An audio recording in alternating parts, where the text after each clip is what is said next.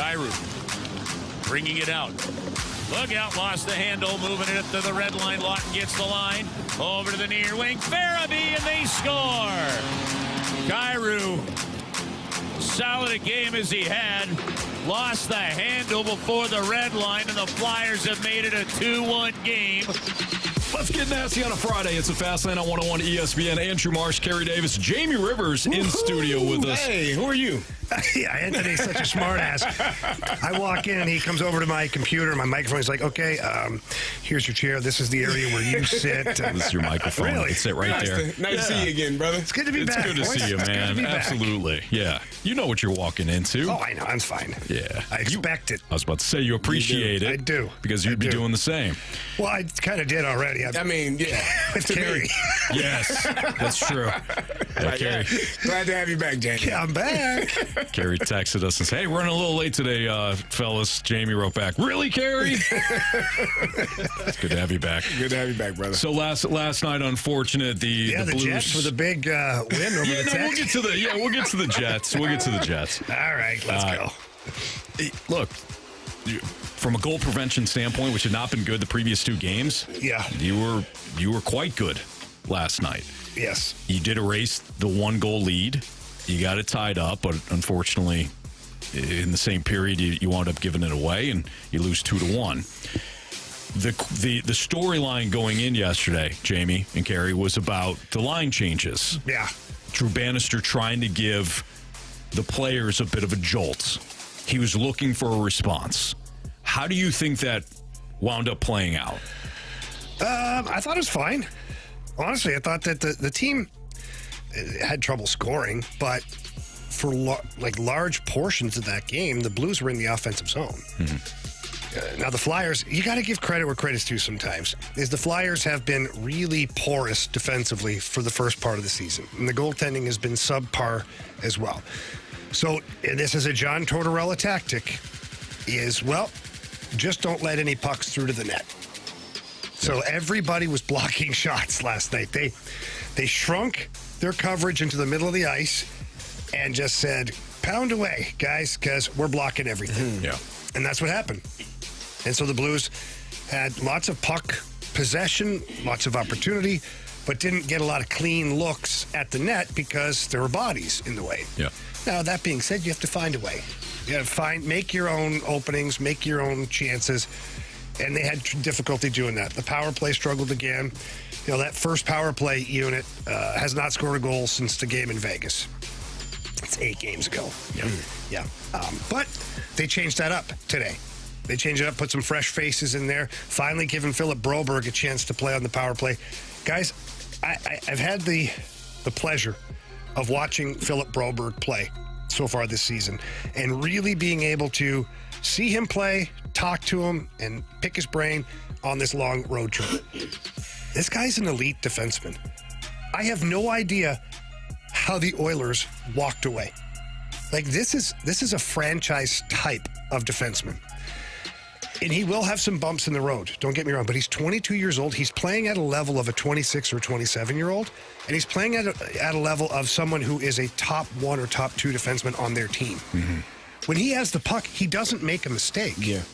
He either makes a good pass or puts the puck into an area that benefits the team. His reads in the offensive zone are incredible. His pinches down the wall are able to keep the puck in, keep the pressure in the offensive zone. He has the puck. He gets pressured. He doesn't just throw it away. He waits. He'll protect the puck. Then he finds somebody and passes it tape to tape. And then if you chase him behind the net, well, that's shame on you. Mm-hmm. He's 2 hard strides at center ice. Yeah. Guys, this is...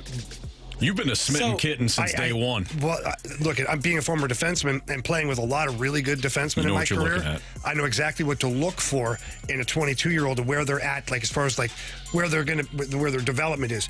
This guy has leapfrogged 3 years of development. The Oilers should that front office should all be fired and never allowed to work again, ever in hockey. Yeah. Because this is going to go down as one of the biggest misses for the Oilers. And I'm just saying right now, this is the biggest acquisition Doug Armstrong has made in his tenure with the Blues. Bottom line. Wow. Even Ryan O'Reilly? Yes. Philip Broberg. Now, obviously, Ryan O'Reilly brought a cup here. Okay, I get it, but he didn't do it alone. Okay, the defensive core that the Blues had that year and Jordan Binnington helped a lot of that too. But Ryan O'Reilly, hell of a player. I'm just saying, as far as the impact one player can have on a franchise over an extended period of time, Philip Broberg, in my opinion, will end up being the best acquisition Doug Armstrong has ever made. I was going to ask you, but I didn't want to be, too crazy with it. Is he a Norris Trophy Not yet. candidate? Not ytake Because when you talked about him with the puck, he does look comfortable. He's not trying to get rid of. He's not rushed. He's actually letting the play take place in front of him. He knows where he wants to go. He's confident. He's comfortable, and he gets the puck to where it needs to go. And so, but you said not yet. He's not to that level yet because of... Well, here's what I'll tell you, and you know this already. It's just like a Heisman Trophy, okay? Is you got a guy that could have a Heisman Trophy year, but the hype wasn't surrounding him yet. People just figuring out who it is. So it's almost a popularity contest, too. That and winning games helps. Winning games, all that stuff. Do I think he's got the potential of being a Norris Trophy candidate or in the discussion at some point? Yeah. At 6'4" and skating the way he does and handling the puck the way he does and defending the way he is currently, there's no way he shouldn't be getting votes in the future. So at what point does he then either play with Colton Parayko, or does him and Justin Falk then become that first pair defenseman group? Like, what does that look like, at least for this season? Yeah, for this season, I can't wait for Nick Leddy to get back. Actually, I shouldn't say that. Ryan Suter has been really good. He has. This guy's 40 years old. He's playing 24 minutes a game and doesn't even look tired. I'm talking to him on the road. I'm like, dude, how you do? He's like, I'm able to do it. He goes, I don't do anything special. Like, I work out, I do all the things, but he's like, it's not like it's not like Tom Brady where he's got his own lab, you know? Yeah, there's no off-season. Yeah, he's like, I just do normal off-season camp. stuff. He's a blessed athlete that he's able to do it. And he's a warrior. He plays through a lot of different little bumps and bruises. So at no point right now do I even contemplate putting Broberg with Colton Parayko. Here's why. Then you're really top-heavy. Really top-heavy. Right now, Justin Falk is playing some of the best hockey he's played in a couple of years. He's playing independently. He's playing very well. Alongside Broberg, life's a lot easier. It's like when I played with Al McInnes. Life was really easy. Like, I remember playing with Rudy Poshek, not a household name. Rudy loved to have punch-in-the-face contests with other people. Okay? Great guy, tough as nails. Not a great defenseman, not a great player. So I played with Rudy, a lot of heavy lifting there. Played with Al, passed the puck to Al. Here we go, there's the breakout. Sure. Looked great. So right now, Justin Falk, who's equal parts in this. I'm using me as a reference because that's funny, but Justin Falk equal parts in that duo. But Philip Broberg makes life easier for Justin Falk, and Justin Falk makes it easier for Broberg. And Colton Parayko, whether he's playing with Suter or Nick Leddy, like that's a good top four. If you go Broberg, Parayko, and then go Leddy and Falk, what if there's a drop off then? Right. And you're playing a team with 2 or 3 lines of scoring. Now you're like, oh. So I'd rather have top 4 defensemen who you can kind of roll out there on any given shift or whatever, and now you've got better strength in numbers. So, like, when it comes to, we'll use whatever team's top line, right? Top line guys. Are you throwing Parayko and Suter out against those guys, or are you now contemplating and throwing out Broberg and Falk against the top line of a really good team? I'm sticking with Suter and Parayko, and here's why. Because Broberg brings way more offense to the table. Gotcha. And I would rather have Broberg playing against second, third, or fourth line, whatever's out there, but then able to push the pace offensively too. So now he's not having to defend so hard, if that makes sense. It gives him an opportunity to continue to be creative. Justin Falk likes to play the offensive side too. They're playing very well together right now. Yeah, I like them on the power play too. Well, they're on the power play now. We'll get into that at some point here, but that first power play unit just wasn't working. And the second power play unit looked really strong.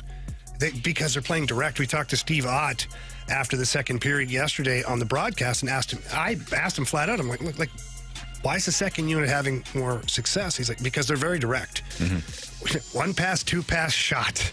Like, it's not rocket science. About, You look at some of the best power plays in the league. Ottawa the other night, who has an unbelievable power play. I think they're first in the NHL. 2 passes, 3 passes, shot. Guy in front, goal. Thanks for coming out. And they scored 2 power play goals. So now it looks like Broberg is playing with Justin Falk. I'll have to pull it up here, but they have moved some things around. But you've got Broberg and Falk out there, as far as the. I think you have Kyrou, Booch, and Jake Neighbors playing it out front. So that's interesting, and it looks to me like that's going to become a shooting power play. Got Broberg, who knows how to get the puck to the net consistently. You got Falk, who put him in that one-timer spot. He's just going to hammer the puck. Yeah. And Booch on his side, I'd like to see Booch start to hammer the one-timer. He pauses. Like the other day, Broberg passed a beautiful pass right through the box and everything. Booch just had to one-time it, and he stopped it, dusted it off, and then tried to shoot, and player blocked it. You know, like, this is the NHL. Guys block shots in a hurry. When you get an opportunity to shoot the puck, it has to be, boom, off on your stick, off your stick. That's Jamie Rivers, Carey Davis, Andrew Marshall, Anthony Stalter. It's Fastlane on 101 ESPN 213. Your time check is brought to you by Clarkson Jewelers, an officially licensed Rolex jeweler. Thursday night football. Jets storm back. They didn't score a point in the first half last night against the Texans. They come back. A couple of sensational catches by Garrett Wilson. Was last night's game more about the Jets' revival or the Texans' struggles? We'll get to that next on 101 ESPN.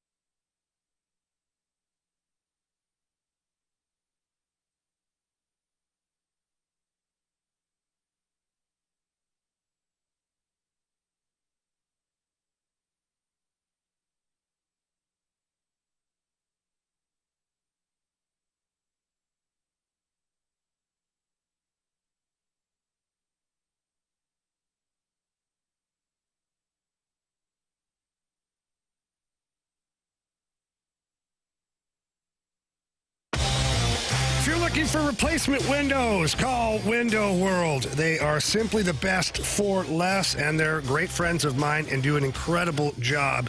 They're also the preferred window of your St. Louis Blues. And let's not forget, they're ranked number one in number of windows sold in the country by Qualified Remodeler magazine. They're also one of two windows with the Good Housekeeping seal of approval. Why? Why do they have those things going for them? Because they provide you with a double strength glass that's not commonly found in replacement windows.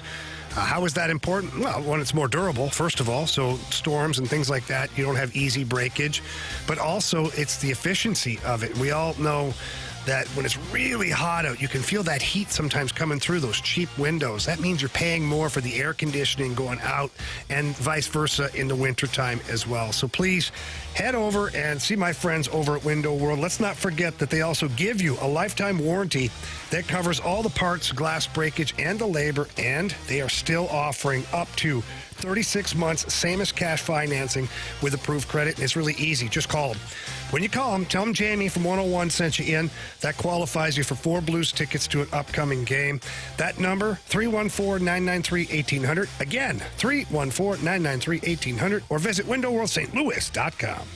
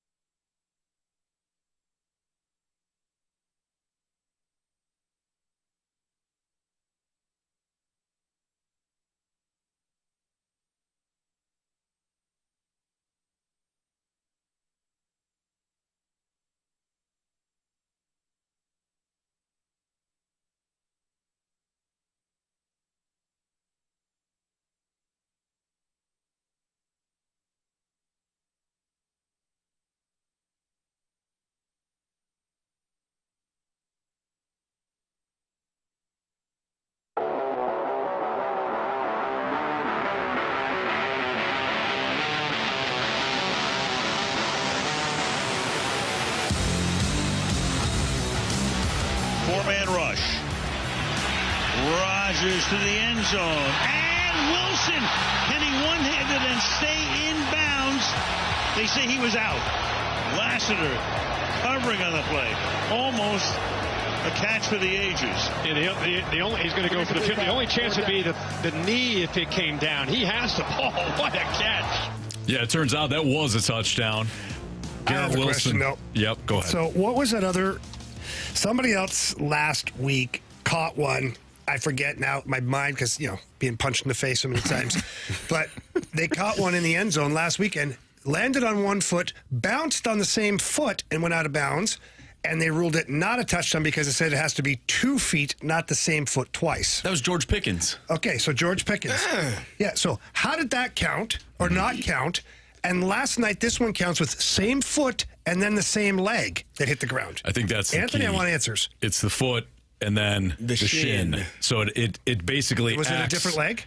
It No, wasn't the same leg. No, same leg. But it can be one leg, one shin equals 2 feet. Yes. Math. Or your butt. Yes. Or your Or body an is elbow. close to 2 feet. Cheeks, so it makes sense. Yeah, or one cheek. One Depends elbow. how big, I guess. Could be the left cheek. Like you and right I, cheek. Carey, that counts for 2. Well said. Hip of beef over here. Indeed. Worked well for me in my former career. Likewise. It's hard to find pants, though, sometimes. You know what's crazy? When I was a kid, I'll never forget this. I was trying on baseball pants, and the coach's wife, they were trying these pants on. She's like, "Do you have shorts on?" It's like, "No, ma'am. I just got legs." No, ma'am. Au naturel. I remember walking in to get jeans one time. This is before, now stretchy pants are the best thing They are ever, by the awesome. way. Yes. God, I love It them. helps. Thank you, whoever Yes. invented those, Lululemon and the jeans and all that stuff's fantastic. But I remember walking in to get jeans my first or second year, going to go buy some designer jeans because I got some money now, No more Levi's. We're going up in the world. And I walked in and the girl's like, "Oh, you're at this." I'm like, "No, I'm not." She goes, "Oh, I got these pants. They could tell they're built for." I'm like, "Okay." So he brings them over. They don't even fit over the cheeks. She's like, "Well, we don't have anything that fits you." So I said, "Well, I guess I have to go up in a waist size." Yeah. So then I had to go up in a waist size and then have it tailored. Yep. That's been my problem my Hey, entire take life. the pair of jeans to the tailor. Tailor's like, "What?" What do you want me to do with this? Yeah. So, anyways, So one shin or one cheek. or one cheek I just don't equals agree 2 with it, feet. though. I don't agree with it. Either way, counted. Garrett Wilson. I mean, sensational catch too. That was Oh, his that was second. unreal. It was amazing. That was his second that he caught one-handed and got into the end zone. So the Jets win 21-13. For you guys, was last night more about a possible Jets revival or about the Texans' struggles? The Texans struggle. Yes. And the Give part that man his money. The part that bothered me the most, if you're and this is the problem with offensive coordinators. I am one. I've been one. We get frustrated with just 5 yards a pop. It's boring. I don't take a hitch. Oh God, okay. It's boring. But if you were watching that game early and you decided not to give Joe Mixon the ball every damn carry, you're a fool. And that's what they were trying to get C.J. Stroud going, and it's not going. The left guard was struggling. Green was in, and then the other, Kendrick Green from Illinois, he came in and played a little bit better. But they were struggling up front to block Quinnen Williams, to keep the Jets front four from getting pressure in their face. McDonald, Hassan Reddick, Quinnen Williams, those guys were constantly in the face of C.J. Stroud. But when you were running the ball, you were creating lanes. You were having success. And for a time, it took to the second half for the OC to say, "Okay, I guess I got to run the ball," which you should have been doing. The Jets did everything in their power to lose that game. They had 2 penalties that gave the ball back to the Houston Texans, a roughing the punter penalty, and then an illegal, you can't touch the center on the field goal, and then the kicker missed the field goal the next time. You didn't get into the end zone, and then you missed the field goal. The Houston Texans gave that game away. Yeah. And how about the Jets going into the end zone and he fumbles? How? I don't understand that. You work so hard to get into the end zone. Why are we even dropping the ball? Why drop it? It's a level of excitement, and No, you I would think it's think at this cocky. point. Well, I think it's excitement. You get to you trust me. It's like your first time doing something. You just Like what? You let go too early, and so you don't score, right? And that's what happened. So he let go too early and didn't score. So he'll figure it out next time. He'll hold on to It it was a still a little bit horrible longer. play, Carey. It was a If you're it coaching was a that team, terrible it play. takes 5 guys to stop you from choking him. It was a terrible play. But the fact that nobody else even saw the ball or realized, hey, he dropped that and need to recover it. None of the Texans, none of the Jets. Ball just rolls out of bounds. Oh, touchback.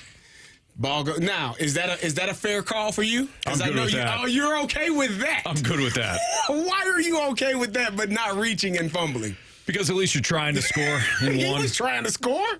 No, he purposely left the ball in the front of the end zone. I'm good with that one. That's just stupidity. That was a bad. I mean, the Jets did everything in their power to lose that game, and the Texans said, "Nah, we don't want to win that bad. You can have it." Yep. Jalen Petrie got. I mean, it's when Devontae Adams scored that touchdown. We call it. He ran him I out of felt his bad for stride. him. Like he looked like he was trying. He had nothing left to give. He ran him out of his stride. His entire stride length turned into something different. It was just bad, man. The Texans gave. Are you talking about the touchdown or the fourth down play? The touchdown, the fourth down play was Kwame Lassiter. That's right, it was Lassiter. Jalen Petrie, the touchdown Devontae Adams caught, he was trying to chase him, and he looked like, oh, God, I can't get him. I felt bad for Lassiter. The play was live, and I'm like, oh, geez, he fell down. And then when they showed it again, and it was Adams Just who beat him off the edge, beat him off the line. I'm like, oh, man, that's rough. But I'm with you guys.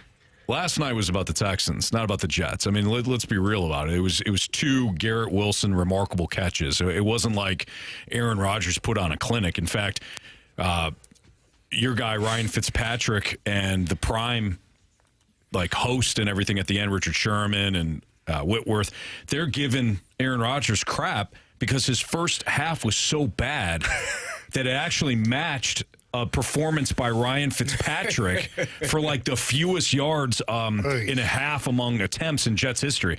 That's how bad Rodgers was in the first half. So I'm not saying, oh yeah, the Jets are back. They're not back at all. The Texans have legit problems here. The offensive line, Carey broke down the offensive line, one good. C.J. Stroud looks like he's losing some confidence. Even when he doesn't have a lot to pass to out there right now. He doesn't, right. Tank Dell is about it right now. Dalton Schultz, and that's it. But C.J. Stroud, you can tell he's a young quarterback that had a lot of success last year. That wasn't fluky at all. That comes into this year. Defenses adjust. You get a couple of injuries. Even when he did have some time, he was looking to bail out of the pocket, and he ran into a couple sacks too. So it does not look good right now. Fortunately, they play in such a bad division that they're going to be fine. But last night, I think, was more about the Texans' struggles. The interesting thing is the Jets actually have such an easy schedule looking like going forward for teams that they can beat. They're sitting at 3-6 right now. They have the Colts, they have the Cardinals, then the Colts, then the bye, and then the Seahawks at the Dolphins, at the Jags. Those are all winnable games. None of those games you're looking at and oh my God, they gotta go against Baltimore. They gotta go against a healthy 49ers team. They got teams in front of them that they can actually beat, which I'm sure gives them confidence to believe, hey, we got a chance here. Yeah. Which, if you're the Texans, how you even allow them to stay in that game from the onset is ridiculous. They didn't play well. They didn't decide to run the ball enough, even though Joe Mixon had over 100 yards and 20-plus carries. He should have had 30 carries and 185 yards and 3 touchdowns. Yeah. That's how much you should have been running the ball with him. But, they made poor decisions, in my opinion, and they didn't capitalize on all of the mistakes that the Jets made. Mm-hmm. At least Joe Mixon found the end zone. He did. I want to be huge. Yeah. Really? Yeah? I snuck past you. Anytime touchdown. You know what I forgot? This that was the end of the month. I forgot to use my parlay this month. Yeah. You did. So you were. I've been so oblivious. So you were ahead by 1. Yeah. You sent in your pick, and it was only the 1. It was the wrong pick, too. And I'm like, I got to do it. Would you go 2 or 3? I went 2. I had a Joe Mixon anytime touchdown, and I had the Flyers. Because I knew if you lost, scumbag. I know. It's a scumbag move. And I said it. Anthony did this to you, St. Louis. He did. But I figured. I did the math on this, and it checked out. I didn't. If you lost, and the Flyers won, all I have to do is add 1. That's what happened. I wish I would have been paying a little more attention. That's okay. End of the month snuck up on me. It did. Yeah. Congratulations. Thank you. I appreciate that. I mean it. Oh, wow. I was waiting for something else. I There. No, was I too. appreciate Oh, that. I mean, Yeah. hey, Wow, he did mean that. He did. Thanks, my man. mistake. You're smart playing. Yeah. That's on. Good job. That's good for you. Yeah, Bad for me. Wow. Thanks, Jamie. Who is? 4 hours to get even with you. There's still time. Do we And shoot now my Jamie guard or is no? down. We're not shooting Why are Jamie. you shooting me for? Are we not shooting Jamie? He's got From a couple you got weeks ago? punishment coming. For what? You lost He 2 weeks ago. lost 2 weeks ago. No, You had to go out of town. Oh, no, he didn't. Who won? Jamie lost. We'll get to it. We do need Marsh. When do you want to? When, loves company. I didn't lose. when do you want to start to? No, I didn't. Marsh, when do you want to start to get people in for Bet the Board? Probably in the 4 o'clock hour. All right. So we're going to do a new Bet the Board draft for this month. And Luther is the winner this month. Luther won this Bird, month. Luther. Nice job, All right. Luther Bird. Hey. Got you a dub, Luther. Yeah. I'm gonna send you a bag of chips now. Yeah. I like those chips. Those are really those good. are They are tasty, good. man. They are good. Those are real good. Gotta have a little water with them though, or something. Yeah, a little spice They to have a them. little spice to it, yeah. a kick. What's trending is next on 101 ESPN. Sometimes you wear stretchy pants in your room. It's for fun.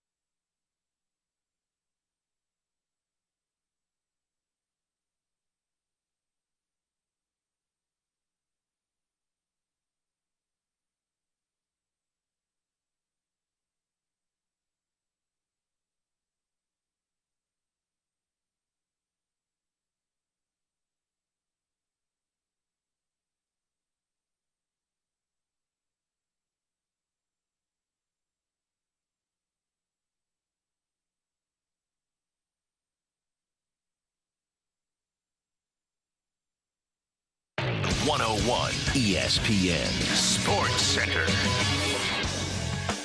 I'm Andrew Marsh. It's time for a Sports Center update driven by Johnny Londoff Chevrolet and Johnny Londoff Autoplex. The Blues fall to the Flyers last night by a final score of 2-1. They'll take on the Toronto Maple Leafs tomorrow.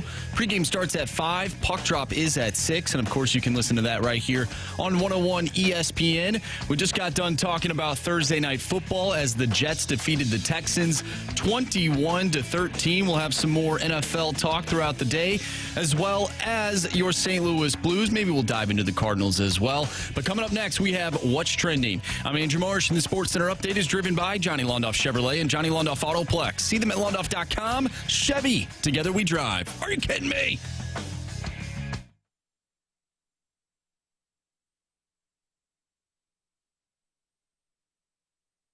It's time to find out what's going on in the sports world with What's Trending Now. Brought to you by Goodwill. Donate a car and get tickets to the St. Louis Cardinals.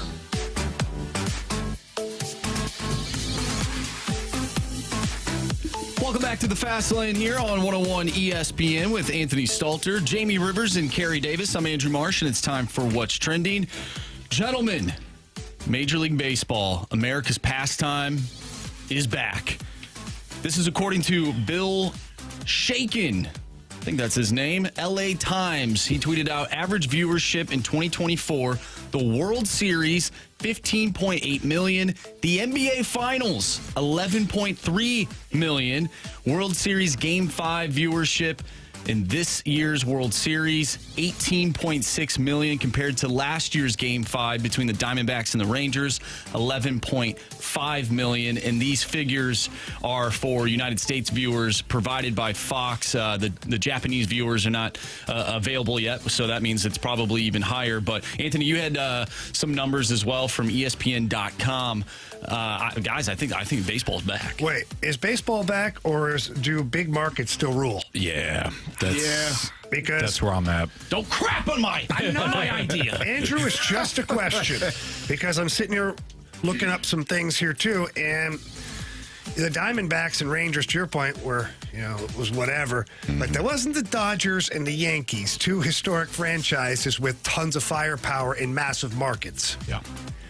I'm just wondering if that had something to do with it, Anthony. You know who's back? I think that's exactly what it is. Money is back. You know who's back? Oh, no. Oh, my gosh. Boy. Your Los Angeles Dodgers are back, baby. This is so gross. Don't you say yours. Man, Mookie Betts, Freddie Freeman. Can I keep going? Walker Buehler, strike him out. Sit him down. Yes. The LA Dodgers are back.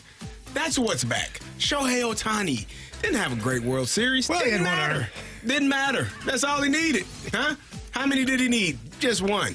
Because they're champions now. Forever.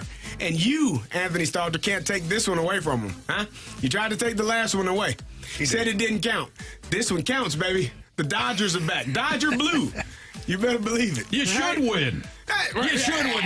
You got all the players. You got all the top players. $1 billion and 2 players. And one. Yeah, you're really trying. Nice job, Andrew Friedman. Yeah. We could all have done that. Here's a blank checkbook. Okay, I'll sign Shohei Ohtani and go get Tyler Glass now. Yeah. And Yamamoto.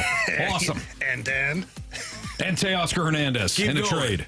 Keep going. Like, oh, yeah, nice job. Yeah. Boy, you really knocked it out of the park. Savvy how thinking. Much credit they should win. To their scouting Massive department, favorites. their development department, all of the people that develop work. Mookie Betts. He was developed by the Red Sox. Or Freddie Freeman. No. Or Freddie Freeman, who was developed by the Braves. It's work. Who'd you develop? Gavin Lux? Walker Buehler. That Give me needed tight to pants. take place. I'll give you that. There you go. Come on, man. Development. You should win. Scouting. Major League Baseball right now is a joke. You know how many people miss on face. these great players? Huh? You go out and sign, and then to get them all to work together. Anthony missed. You know how hard it is to get all of those great players work together? Ask some of the best coaches around how difficult it is to work with so much talent.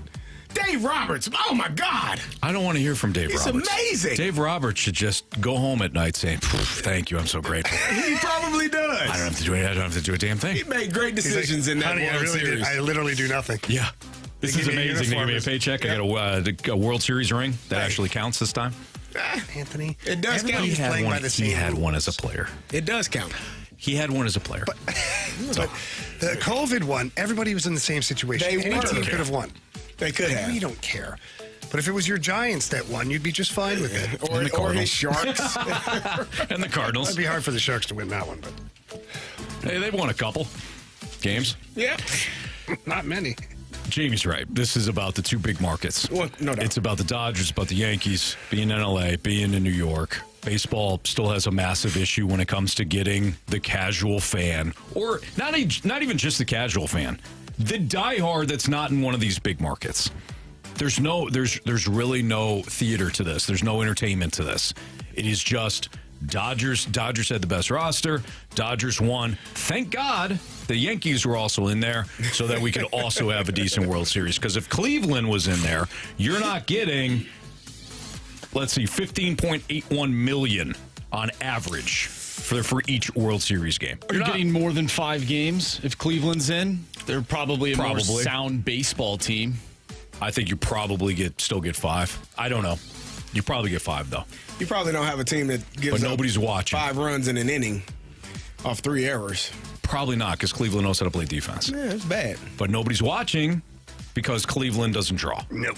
Everybody. That was great for baseball. If you love baseball or have an affinity to it, if you enjoy baseball at its highest level with the best stars in the game, you loved that. You think that was good? Yeah. 5 games? Yeah. Hey, Was it competitive? it's not the Dodgers' fault that the big boys for the Yankees decided to just play hide and seek. I don't blame the Dodgers for anything. I Just blame saying. Major League Baseball. So and I It's not their fault either. I said the Yankees should be relegated.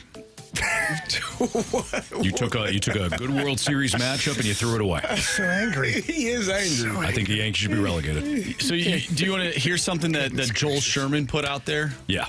So this is from Joel Sherman. They were thrilled, talking about the Dodgers, at how short Yankee leads were at first base to potentially be less of a threat on pivots at second, where Gavin Lux does not excel. They said their metrics had the Yankees as the worst positioned outfield. They were amazed by how many times relay throws came skittering through the infield with no one taking charge, and how often Jazz Chisholm Jr., for example, was out of place or just standing still when a play was in action. What the Dodgers told their players in scouting meetings was the Yankees were talent over fundamentals, that if you run the bases with purpose and aggression, the Yankees will self-inflict harm, as was exposed by Betts, Tommy Edman, Freddie Freeman, etc., that the value was very high to put the ball in play to make the Yankees execute. They mentioned that the Yankees were not just the major's worst base running team by every metric, but the difference was vast on the field between them and the Padres, who the Dodgers beat in the NLDS. That's fundamentals. That's right. That is right. Scouting. They excellent work by the Dodgers. They Scouting. exploited a weakness by the Yankees. The Yankees were always going to be about power. Yeah, they forced them to play baseball. Yes, I mean they did. You're absolutely right. No. How did the Yankees get past Kansas City? They outslugged them. How did they get past Cleveland? They outslugged them. They were going to have to outslug the Dodgers. They met their match. Do you think defense sucked? There was holes littered throughout the lineup. The bullpen wasn't very good. That wasn't a complete team. Do you think if they get out of that 5th inning unscathed, or even just give up 1 run, I think they win that game. Probably. I think a lot of people do. Do you think it goes 7, and you think the Yankees end up winning the way that their bats were starting to heat up? No. I think the hard to Yankees tell, but find a way to lose that game Probably. in Game 5. You had those miscues. I said this, and I sent it to the group. That might be the worst inning or stretch of bad plays that cost a team a game that I've ever seen in a game that important in my entire life. You might have one miscue, right? You might have one guy drop a pass, or you might have, one guy, give up a goal or do something that you feel like, oh, that was a terrible play. But to have 3 consecutive plays, I don't know if they were consecutive, but 3 plays in one inning that happens in that manner, a dropped fly ball where there is nothing threatening you, some runner on first. I don't know why you felt like you had to get that ball in that quickly, catch it. He's not going anywhere. You drop that. Volpe short hops a ball to Chisholm at third base. Don't get the force out. And then the pitcher doesn't cover first base. Like, those 3 miscues right up the middle are why you lost that series. You're absolutely right. Yeah. That's why. Yeah, you had an error by your center fielder, you had a miscue by your shortstop, and you had a pitcher. Yeah, had a brain cramp. fart. Yep. Yeah, just lost it. Yep, right up the middle. You're And absolutely forgot. right. So they deserve to lose. I did want to bring up this. I'll just paraphrase.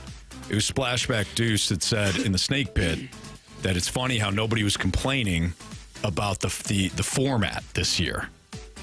Remember, that's always a big topic of 2-3-2. discussion. The 2-3-2 and how they do it, and there's too many wild cards. And there was no bitching this year. Why? Because it was Dodgers and Yankees. It was the matchup that everybody wanted. I think that's an important point. Like, we get complaining about certain things that ultimately don't matter in the end. And I've never had a problem with the format, ever. If you don't want to play in a shorter series, then win your damn division. I've never had an issue with that. And I never had an issue with the amount of wild card teams, because I think that with Major League Baseball, you need these fan bases, as many fan bases in it until the end. You're creating entertainment. That's what this is. You know, college football for the longest time just wanted to figure out who the best team was. That's all they cared about. And I get it. I understand. It's like, hey, you want to crown a champion. Cool. But it took them a while. It took them decades. But what did college football do this year? They said, you know what? Let's entertain. And this has been a fun season. And it's only going to get better as we get closer and closer to the playoffs. It's entertaining. It's drama. There's uncertainty. So I think when you look at baseball, I don't mind the wild card. I don't mind the format, but I think Splashback Deuce did a great job bringing that point up, because it's always an issue until this year. So, great point. Marsh, is that it, bud? That's it. We did get a text from the 636 wondering why we're talking about the World Series. Nobody cares. It's old news. Wow.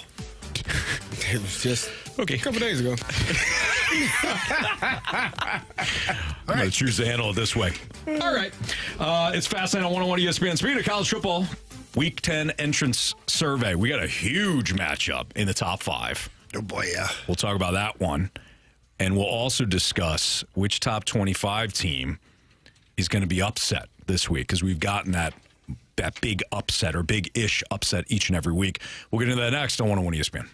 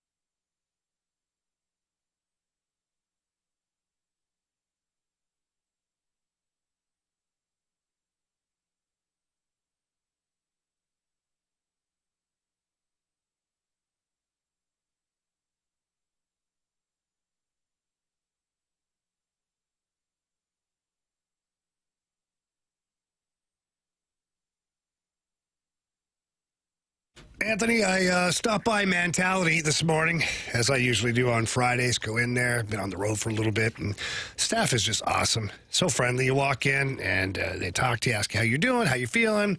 People that are in there in the waiting room, it's like you get to know them. It's like you're part of your Mentality family over there. People are talking about the Blues and things like that. And it just brings me back to a couple of years ago when I was just not feeling like I should, just tired and run down, and muscle loss, weight gain, all those things. Thank goodness I went into Mentality, did all the blood work, and now I'm on my program. And when I go in there now, I'm feeling great about myself, and it's just a huge change. Yeah, you got to remember how you felt beforehand. And I know you do, Jamie, and I do too, where you're sluggish and maybe you're irritable and you can't get through all the tasks that you had planned to. You might have all the best plan in the world for the weekend. I'm going to do this. I'm going to take care of this house project. I'm going to do that. Take the kids here, and all of a sudden you're like, man, you know what? I don't really have the motivation for it. That's how I felt. I know you felt that way too. So we go down to mentality. 2 different locations, one in Chesterfield, one in South County, and we sat there and we talked to their board certified physicians about how we're feeling. Simple, easy conversation. They listen. You feel like they want to help you, and then they draw your blood, simple blood test, and if you find out, just like Jamie and I did, that you're low on testosterone, you're low on other vitamins, you jump on their program, and it doesn't take long before all the things that we just talked about, all the weaknesses, they start to turn into strengths. You have the energy, you have the motivation, you're not irritable, your mood doesn't have those massive swings. You feel great. So check them out online, lowtusa.com. Again, lowtusa.com, or head into one of their 2 locations. Tell them Jamie and Anthony sent you. It's mentality.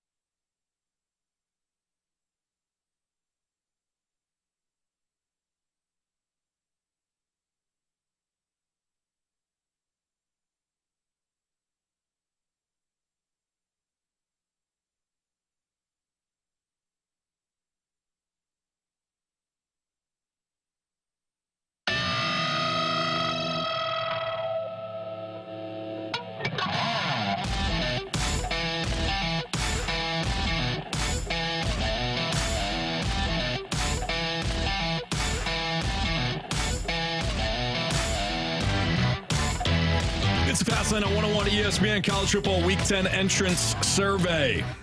Who you guys got in the big game between Ohio State and Penn State? Ohio State.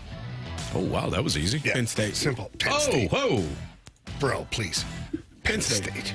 Wow. I mean, Anthony, are you not the same person that told me Ryan Day doesn't know how to win big games? You told me he does. You told me he doesn't, so I believed you. And I was right in that Oregon game. So I'm going to go with your thoughts on this. Penn I State don't feel like you're actually Carey, you're going allowed to by have your thoughts. own thoughts, okay? Nah, I don't care how much Anthony tries to bully you. You're allowed to have your own thoughts. It got bad while you were gone, Jim. I can imagine. It got bad while you were gone. I didn't It's always have bad the for buffer. the one guy who's left behind. I know. You don't feel safe, do you, Carey? You don't feel safe Me a with couple me? times said he felt uncomfortable in his workplace. Yeah. Well, It's uncomfortable. I'm sorry you feel that way, Carey.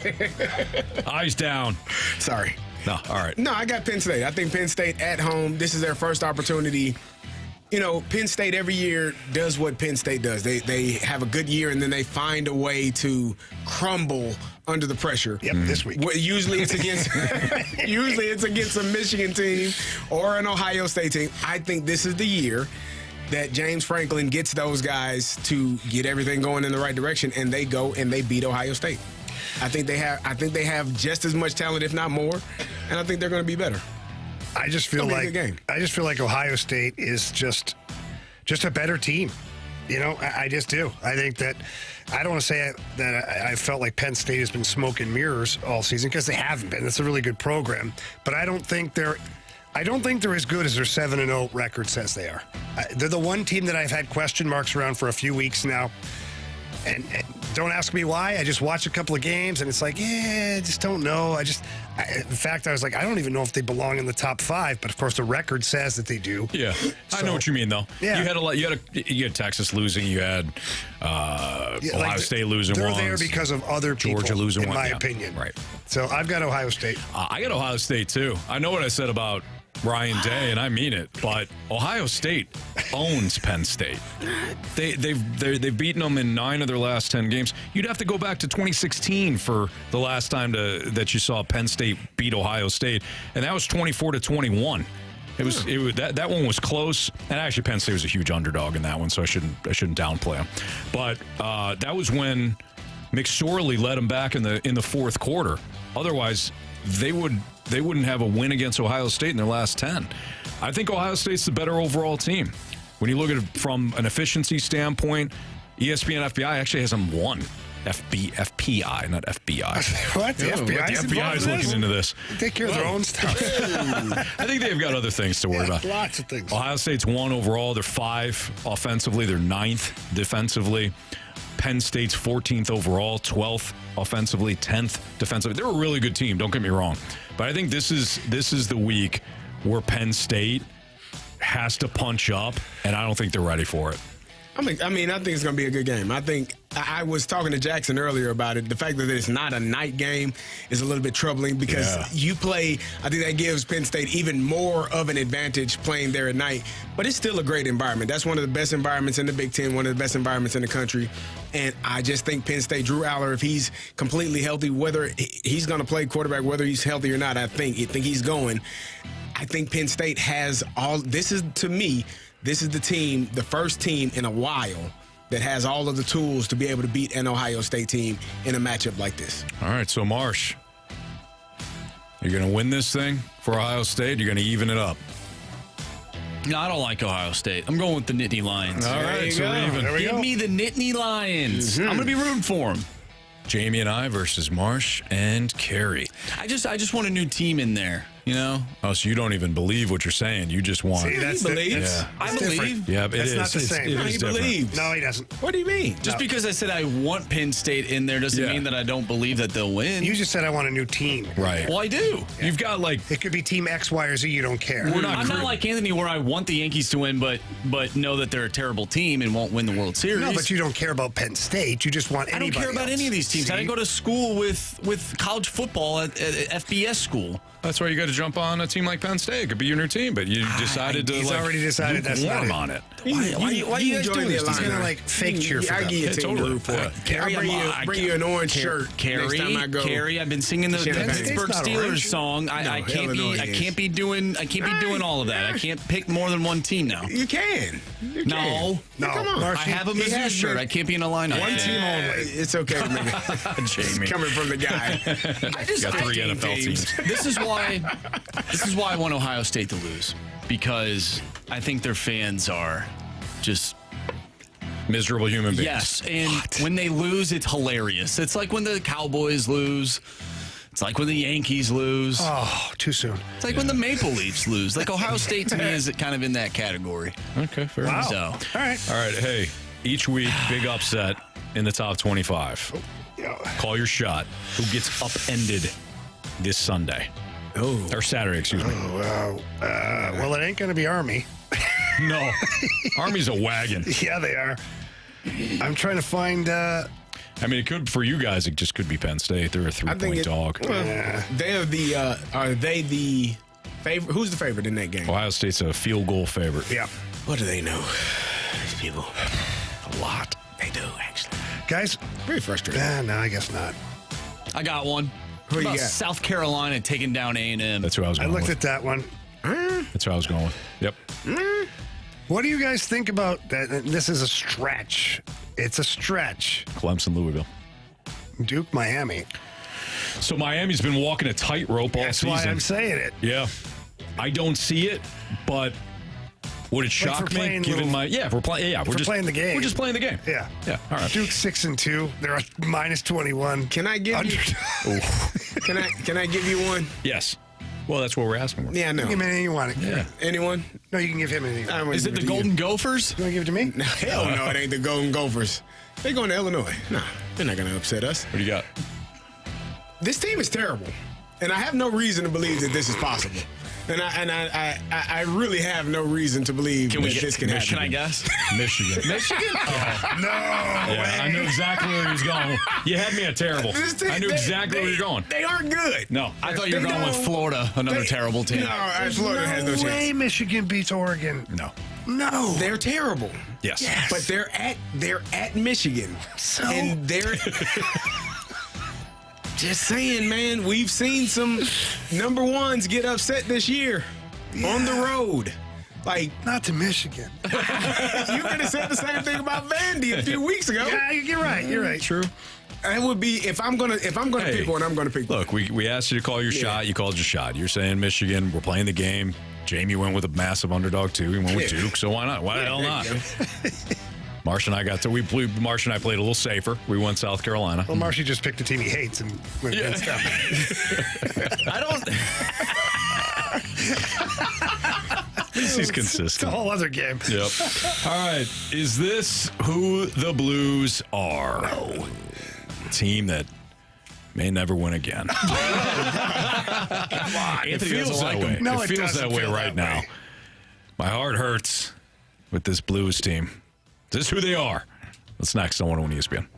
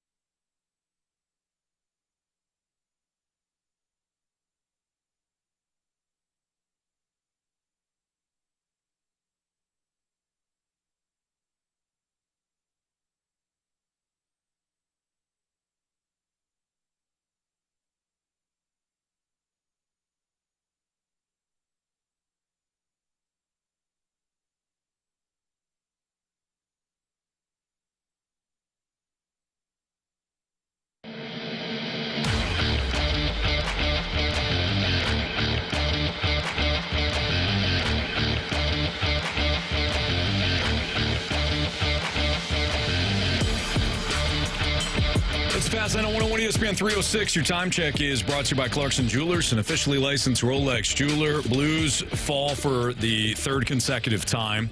They lose 2-1 last night to Philadelphia. And Jamie, I know that it's kind of it's frustrating because we know that they went to Toronto and they beat the Maple Leafs and they beat them pretty handily. And that was the first game without Robert Thomas. So it's like, hey, we've seen it. But they've put together 3-ish poor games. Yeah. Last night, I wouldn't call it poor. Two poor games. Yeah. Against opponents that they have more talent over. Yes. And you start to wonder, well, was the Toronto game an outlier? Is this who the Blues are? Or do we not even know who they are? I don't think we know completely yet. I think there's a lot of potential. Like last year when you watch that team, you're like, I hope they win games. Yeah. This year you look at the games and you're like, they're fun to watch. And the product has not been great as far as every game. The consistency has not been there. But you go back to their little homestand here, they beat the Carolina Hurricanes. Mm-hmm. Then they beat the Toronto Maple Leafs. Like those are two premier teams in the league. It honestly kind of feels like weird. Last year in some respects. A little bit. Feels like a little bit, Anthony. It absolutely feels like last year. This is some different cast. It's a different cast. You said it's not like last year. It's not. So without boring people and without getting into stats like Carey's favorite analytics, the numbers tell a completely different story. The numbers tell a much different story as far as like shots on goal per game, attempted shots on goal per game, high danger opportunities. They were near the bottom of the league last year. They're not this year. As far as the metrics go of giving up prime scoring opportunities, shots on goal, all that, they were like worst in the NHL last year. They're not. They're middle of the pack here right now. So there are improvements in the areas of concern where there's, again, what's killing them early in this season is the same thing that killed them early in last season. The power play is abysmal. Mm. It's abysmal. And you get into a one-goal game. Yesterday, Flyers, you're 1-0 down for the most of the part of the game, and then you have a couple power plays. If you score one there, like you're in business now. Like, but you didn't. Yeah. And then in Montreal, same thing. You had opportunities to score in the power play there. You didn't start the game on time as far as like the guys being ready. It took them 10 to 12 minutes to get their feet going, get going. Then most of the rest of the game was pretty tight. A couple of bad bounces in the third period. But I look at this team as different. I think they're going to find their footing here. Losing Robert Thomas is obviously a big part of the problem. Losing Matthew Joseph is a big part of it, too. Mm-hmm. You look at the way that guy's been buzzing around for when he was playing. He's effective, man. That Holloway, Bolduc, Joseph line was really good. Really good. So it stinks right now that we have some injuries. I just don't think this is what they are. I do think, though, like, let's go back. All I've said is I hope they're playing meaningful games come the end of the season. That's it. Never guaranteed that they're going to be a second-place team or like they're... If they don't make the playoffs, it's a huge, blow to the organization. This is a team that's still in transition to what they're going to be. Think about Holloway a year from now. Think about Broberg a year from now. Mm-hmm. Think about some of the other young guys a year from now. Snuggerud 2 years from now. Dvorsky. Like, there's so much to be positive about. Yeah. And I think that this team is going to be a slightly above 500 team that's hopefully battling for a playoff spot. I have a question. I know it's not time for that segment yet. Question number one. Question. Why is it that they get scored on first? And not just that. Carey, if I had the answer to that, I'd be rich now. So I'm looking again at the first goal of the game, and polling basically went through the entire Blues roster. You're poking the bear right now, aren't you? You're doing this crap on purpose, aren't you? I asked Is this about the Penn State-Ohio State prediction? No. He's mad. He's from Illinois. Look at what he's doing. I ask questions because I want to know. How does one man go from one end of the ice all the way to the other end, and nobody confronts him? Well, that's a big mistake. Like, that's missed assignments all over the ice. I said it in the broadcast. I was like, skating through it, everybody's waving the wand. Mm-hmm. I'm like, somebody's got to get a body on him. And that's a guy that should not be doing that. No, he was like a hot knife through butter. And I was like, he just wherever he wanted to go, no restriction. And it's just easy access. I can get to where I want to get to. So, how about the guy on the other side of the ice, too? No one picked him up. If you want me to break this down quickly. Please. Is the moment he got into the neutral zone, you had 5 white jerseys. Yeah. At that point, somebody has to body up. Stick on puck, body through body. In this particular case, once he got across center ice, see, everybody's kind of dogging on Matthew Kessel because his gap control wasn't great on that one. But if you go back and look at the play, and I'm not even looking at it with you right now, I've got it right up here, Carey. I'm looking at it. I can't remember what I need to do later, but I got it right up here. So number 27 for the Flyers is kind of a stretch man. Yeah. He pulls Kessel back. Yep. So now he's got to respect that guy in case he gets the puck. The moment that happens, Scott Perunovich knows there's 3 other guys in neutral. He's got to step up and angle that guy right at the blue line. Pressure, boom, right away. And the forwards that are coming back, they have to look over their shoulders and pick up the eventual goal scorer down the backside and just trail him right to the net. That did not happen. And everybody's waving the magic wand. And everybody was over here, and that's the result. Yeah, but to me, that reminds me of just stuff that we saw last season, like just not having the wherewithal to know on that play, like your assignment. And to me, it feels like, at least right now, I'm not saying that things can't change. It is still pretty early in the season, but for me, it's like, we talk about the Cardinals. Oh, the pitching's way better than it was last year. Yeah, you start to convince yourself. Awesome. Oh no, if you look at the numbers, the pitching. Right. Can you drive runners in? But Marcia, you tell me you're going to take one goal.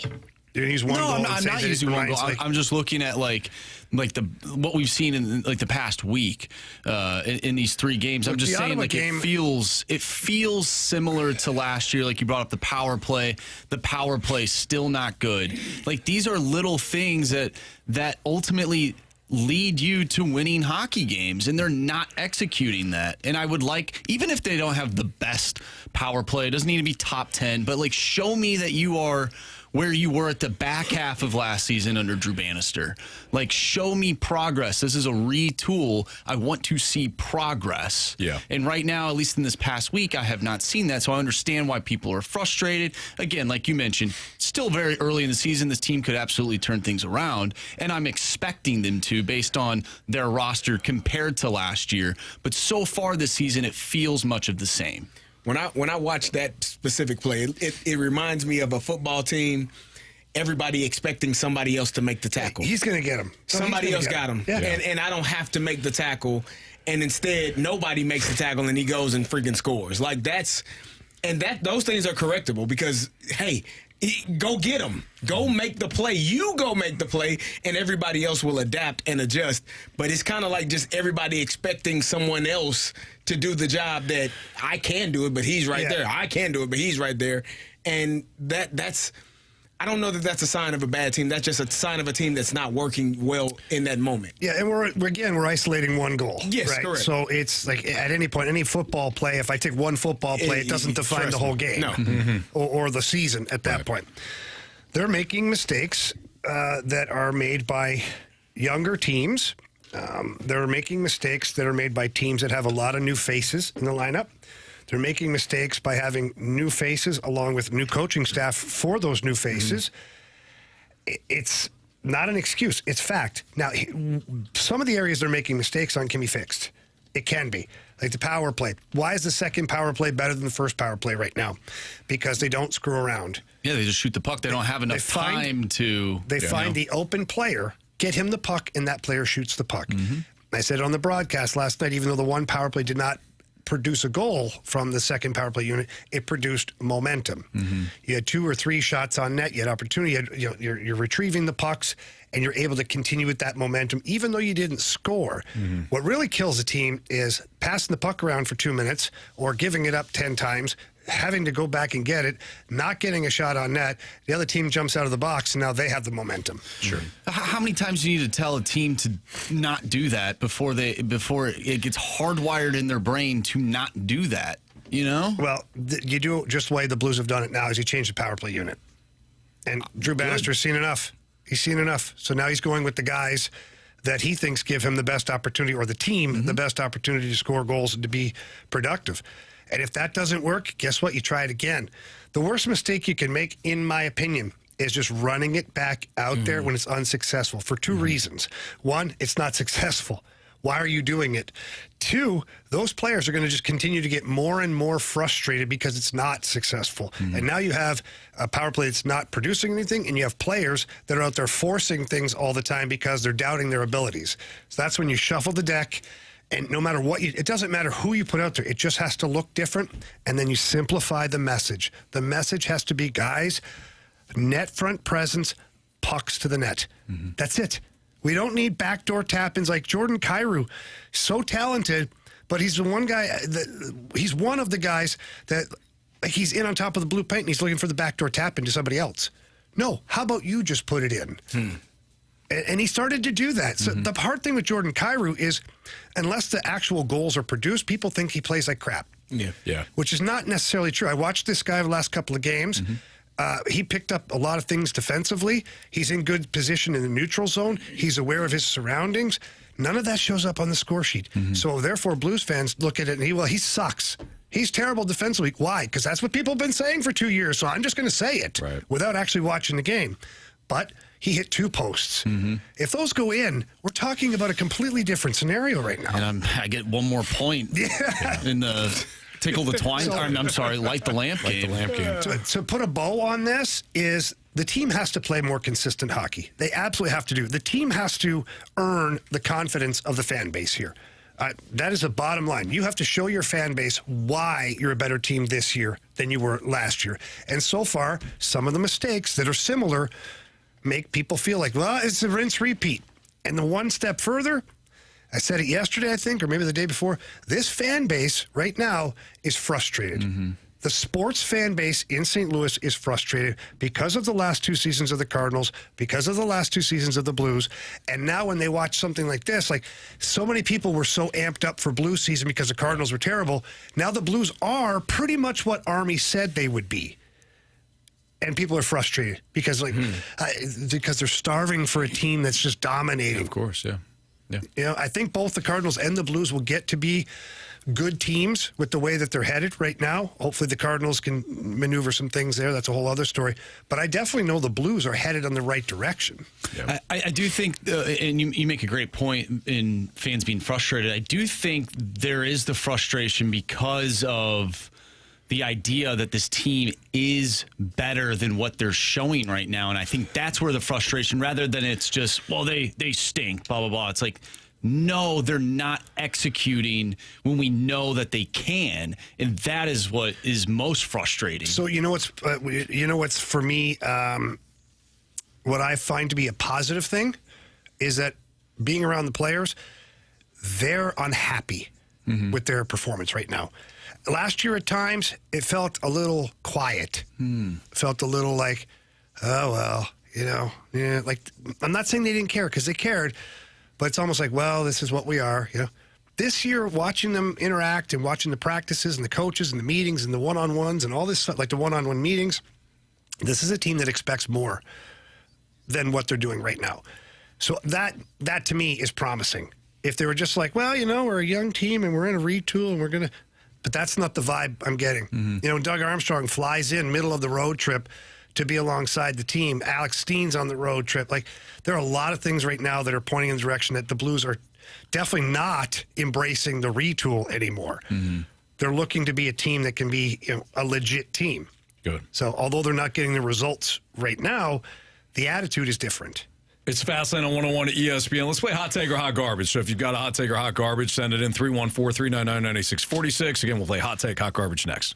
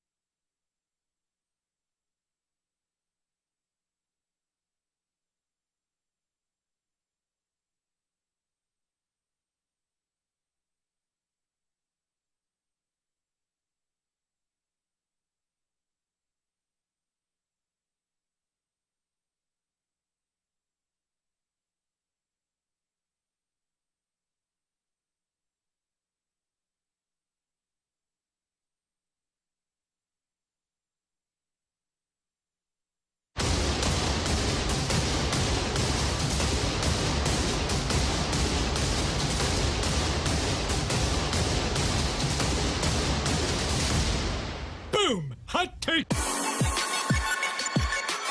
All right, time to play Hot Take or Hot Garbage here in the Fast Lane on 101 ESPN. This is where Mark's going to read off one of your texts, and the guys and I will decide whether or not it's a hot take or pure hot garbage. Like the Yankees play.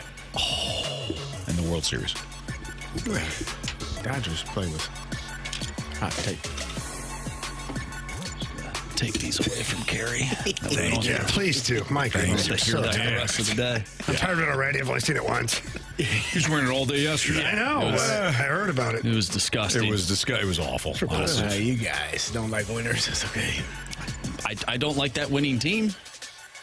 I don't like winners. It's fine. Okay, from the 314. Hot take or hot garbage, the St. Louis Blues will be sellers at the deadline, not necessarily because they're bad, but because their division is so strong. I think that's hot garbage. Nah, why would they be sellers? They are. They don't have anything to sell. Well, and you don't have anything you want to sell. Like, what I mean is, like, when Army sold the last time, it was a whole bunch of unrestricted Right. free agents. Like, Army didn't go just make trades of guys that had term left on their deal. So I'm going to go with Carey on this one. I say it's hot garbage. I think the Blues, and I know that people here, it's like their recency bias is crazy, but I think the Blues are going to be a competitive team. And what I mean competitive is looking at being a playoff team. And if you are, you can't just trade away people. Yeah. If you're Army and you're close, maybe you're a buyer at that point, depending on what's available. So I'm going to stick with hot garbage on that.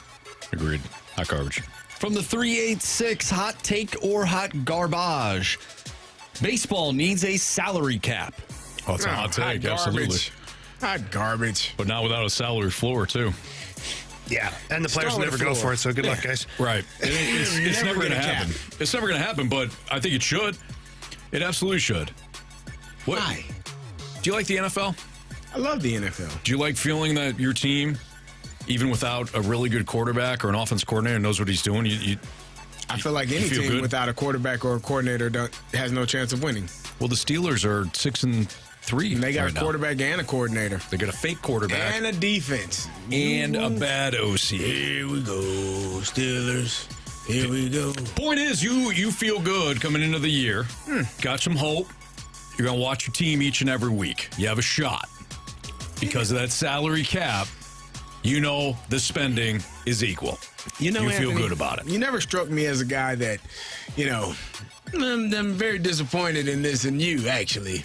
You better clarify. You never struck Right me now. as a guy that, woe is me. We can't win because they got too much. Nobody cares. Line it up. Play the game. I know you, Anthony.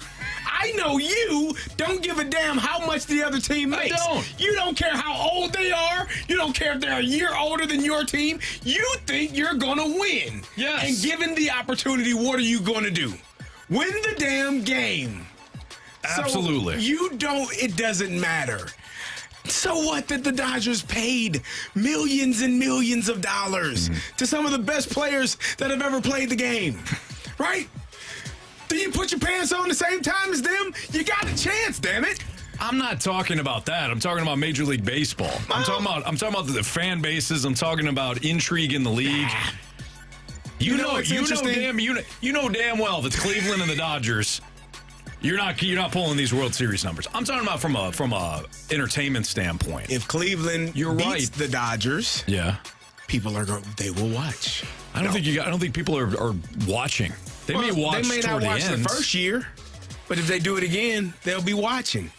Listen, Just beat them. you're right about the way I view things. Correct. You're talking about for the game of I'm baseball. talking about for the game of yes. Now I'm also stubborn and stupid. Like if I were to get in a fight, Ordinarily, I wouldn't stop you, but keep going. like if I was getting in an argument with you guys, right? Jamie and Carey. Yes. And we start going. I feel as though I can take you guys. Now that's not smart. I know you guys got Take us at what? fighting. Take you out for a nice seafood dinner and never call you back. In my head, I'm like, hey, I got a heartbeat. I got a shot. You got a chance. And when I'm eating out of a straw for a month, This got weird. I'll reconsider things. Okay, so it's not about lining Why are up we fighting? against the Dodgers. No. I'm just saying. I'm giving it's an I'm analogy. just trying to figure out how we got here. Well, because Carey he wants to fight me now because I called him and said he thinks he can win, and now he wants to fight me. See? What I'm saying is, Escalated quickly. Carey's right. It's not about. I don't view things as like the Dodgers have everybody. Oh, what was me? No, like somebody beat them for God's sakes, right? Yes. That was my whole point of backing the Yankees. Like somebody take down these fools, right? Okay. I don't care about that aspect of it, but from like an entertainment standpoint, nobody wants to watch Dodgers and whoever. Just like nobody wants to watch me get my. Actually, there's probably people that want to see that. The point is, my point is made though. Is it? Nah. I might throw a new poll out there, a new Marshy's poll, John, on X and Twitter. Who would you rather go up against? A fullback, a former NFL fullback, a former NHL defenseman who liked to punch people in the face, or a guy that voluntarily throws his forehead into walls? It's going to end badly no matter what.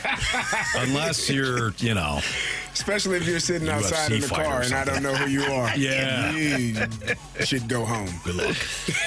Good luck. Or you text the group at 2 a.m. I was going to. Oh, yeah, I forgot about that. Oh, man, that kid would have been pooping down his leg. Carey would have showed up. I'm here, Marsh. Where is it? What's going on? What happened? Carey, I'm already home and in bed. You're good. Carey, I'm okay, bud. Gary, fine. Yeah. All right, good. Carey has showed up for us. Oh, yeah. Big time. He was ready to beat the hell out of my dad in that parking lot. He was ready to beat the hell out of whatever guy was hitting on Marsh's girlfriend 3 hours prior. Like, Carey's ready, man. He's a good teammate. I'm like Jamie. Sometimes I want to run the back of the cart into people's legs. Like, the hell with it. Tell that story one time. Hey, we agree. Hey, hell with you. You guys bonded. We did. I was like, I like him a lot. Yes. All right, young quarterbacks. There's a list of young quarterbacks, 25 or younger, that have been benched. Who's at fault for this? Is it the teams? Is it college football? Is it players themselves? It's next on 101 ESPN.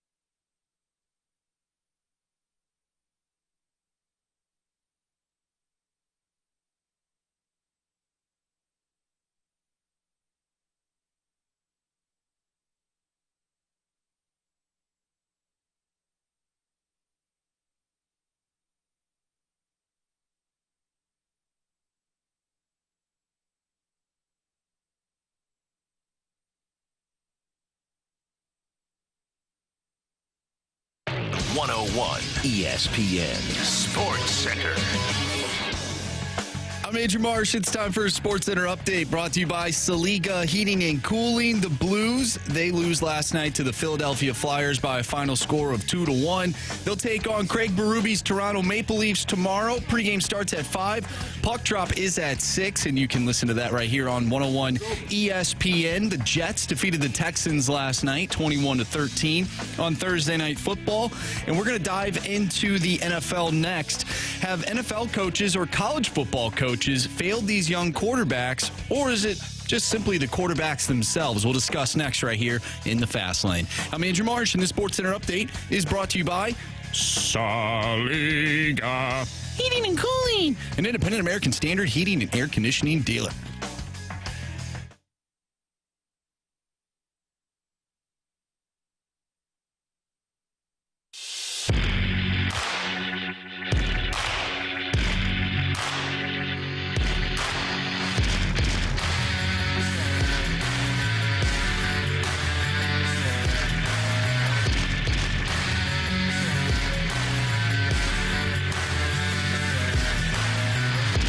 It's the Fast Lane on 101 at ESPN. So there is a long list now of young quarterbacks that have been benched in the NFL, not just this season, but the last couple of years.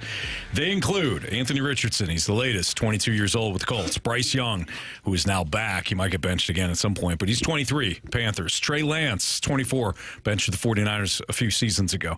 Justin Fields was benched earlier this year by the Steelers. He's 25. Will Levis, 25, from the Titans. Zach Wilson, a couple of years ago with the Jets. He's 20. He was 25, or he's 25 now. Mac Jones, Patriots, 26. And I know that Mac Jones is no longer with the Patriots, but when he was benched with the Patriots. And when Kenny Pickett was with the Steelers, he was also benched. He was 26. Mm-hmm. So there was a tweet, Jamie, that you had sent us, and the person's like, hey, the NFL's got a quarterback development problem. Do you think it's a QB development problem from the NFL standpoint? Do you think it's more on the players who are at fault, or the college football system? Anthony, how long have I been saying this? They need a developmental league. They need a developmental league or something to help these young quarterbacks. And, I don't even know what rule. I haven't put a ton of thought into it, but I almost feel like there needs to be a rule that if you're a bottom 5 team, you can draft a quarterback, but, you can't play them in the first year. It's almost like red-shirting them. Mm-hmm. And so they play practice squad for a full year with the NFL team. It gives you another year to try and build an offensive line or some other people. Because all of these guys that you just ran through, these are all top prospect, high picks that went to bad teams. Mm-hmm. Except for Trey Lance. He went to a good team, but he just couldn't play. Yeah. But, and the Steelers, Kenny Pickett. And Kenny Pickett, you're right. But I see what you're saying. But the rest of them are bad teams. So some of these guys had no chance of developing. Mm-hmm. And that's where and this is Carey, this has been my frustration for the last couple of years doing, radio and talking about the NFL and quarterbacks, is these young players are thrown into the fire with no resources, basically. And then when they get eaten up and spit out. And this is why you're seeing the resurgence of some guys like mm-hmm. Baker Mayfield, Sam Darnold. And I feel like they've all gone through a team that has had a good coach and a good team in front of them. So Sam Darnold went to San Fran. Mm-hmm. Great coach, great team, got to practice, played a couple of games, whatever. But then he left there. Now, playing confident. He was ready to go to the next team. Mm-hmm. Baker Mayfield spent some time with the Rams. Yeah. That kind of rejuvenated him, Sean McVay. And all of a sudden, boom, Baker Mayfield goes to Tampa, and he's, making $100 million again. Who's the next one that does that? We talked about that before, but what is the problem with the development at the NFL level? Well, I think it is a development issue, but it's also most of these guys were red flag guys coming out. Like Anthony Richardson, he probably hadn't played enough game.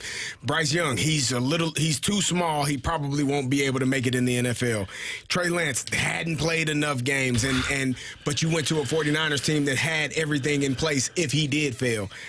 Will Levis, a second-round guy. He didn't get picked in the first round. Justin Fields may be the only one on this list that didn't have as many red flags or any concerns in terms of him being a good quarterback, but people always say that Ohio State quarterbacks aren't good. So that may have been his red flag. Zach Wilson, he made a great throw at his pro day, and everybody was like, oh, you got to sign him. And people were like, why?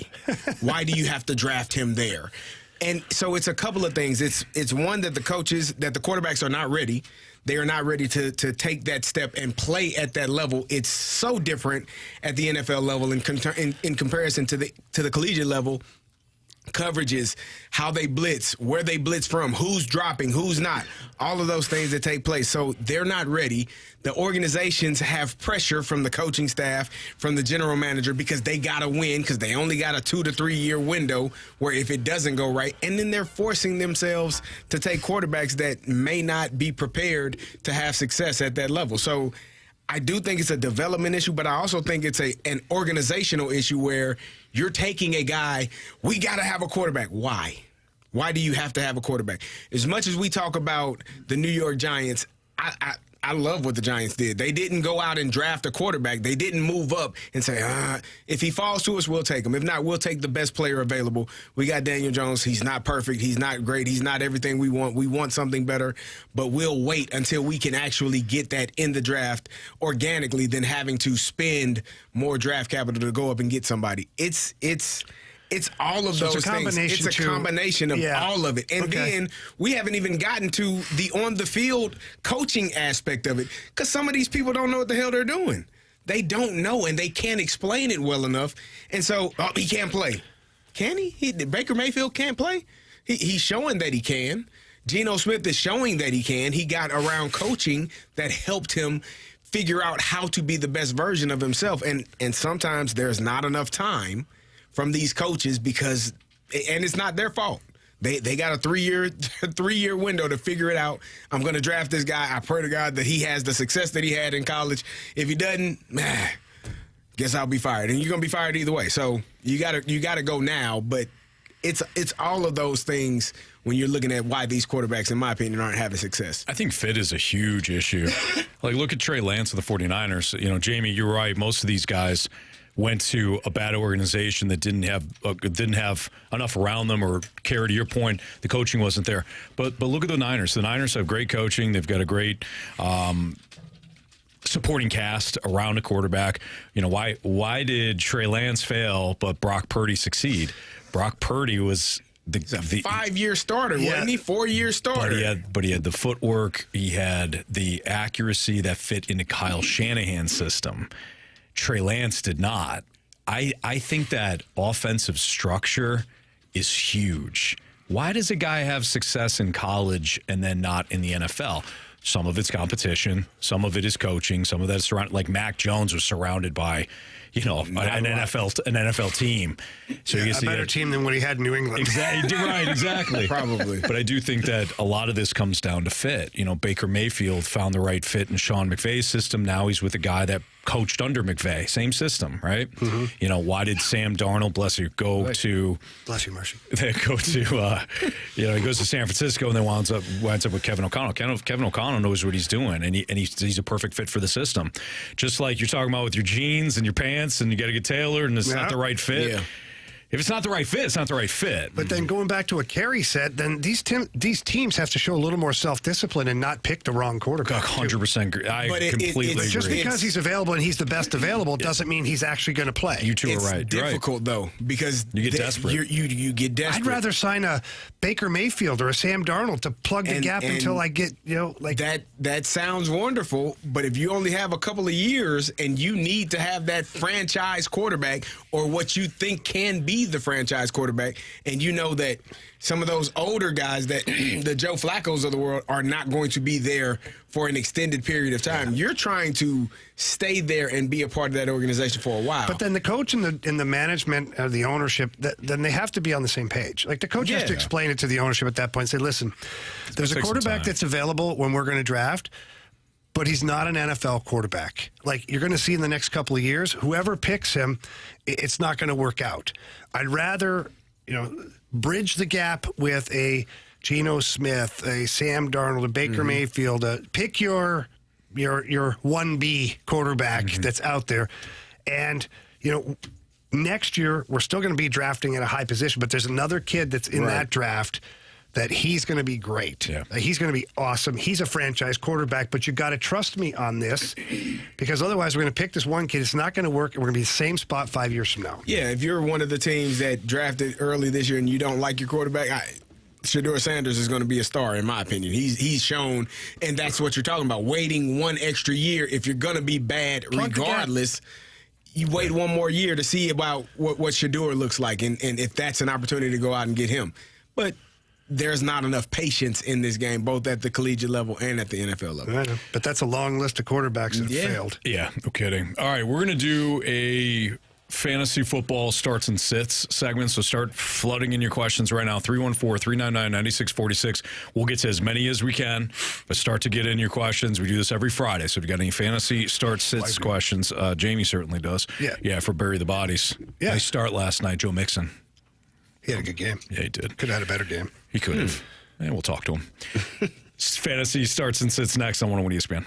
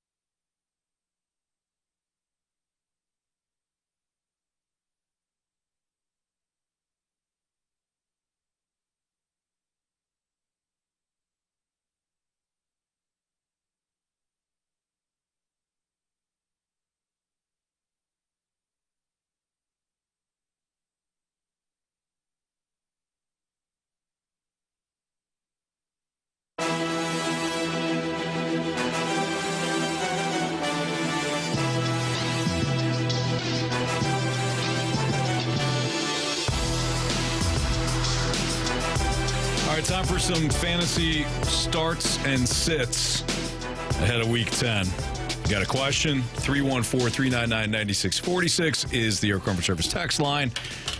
All right, Marsh, let it fly. From a 636, Darnell Mooney or Michael Pittman Jr. in the flex. In Joe Flacco, we trust? Question mark, exclamation point. I'm going Mooney. So am I. I think Josh Downs for Indianapolis is going to get more targets. He's kind of taking over that number one role when they do have a quarterback that can throw in Joe Flacco, who is Jamie's future Hall of Famer. However, he's just a future Hall of Famer. No, he's Jamie's future Hall of Famer. He's my guy. I still think that Mooney is he leading the Falcons in receptions? If he's not, he's close to it. I don't know if he's leading, but he's 1A or 1B, in my opinion. I know Drake London is there. He's doing great. Kyle Pitts has started to come along. Kirk Cousins finds Darnell Mooney. Yeah, he does. I'll just put this out there. I am starting Darnell Mooney, and when I don't start him, he has really good weeks, plural. He's in my lineup this week, so take that with a grain of salt. Wow. He is second on the team in receptions by 12, but only trailing by 25 yards in receiving. Oof. So he's second in receptions, second in receiving yards, but only by 25. So. Yeah, I like Darnell Mooney, too, on this one. From a 618, start Darnold, Tua, or Love?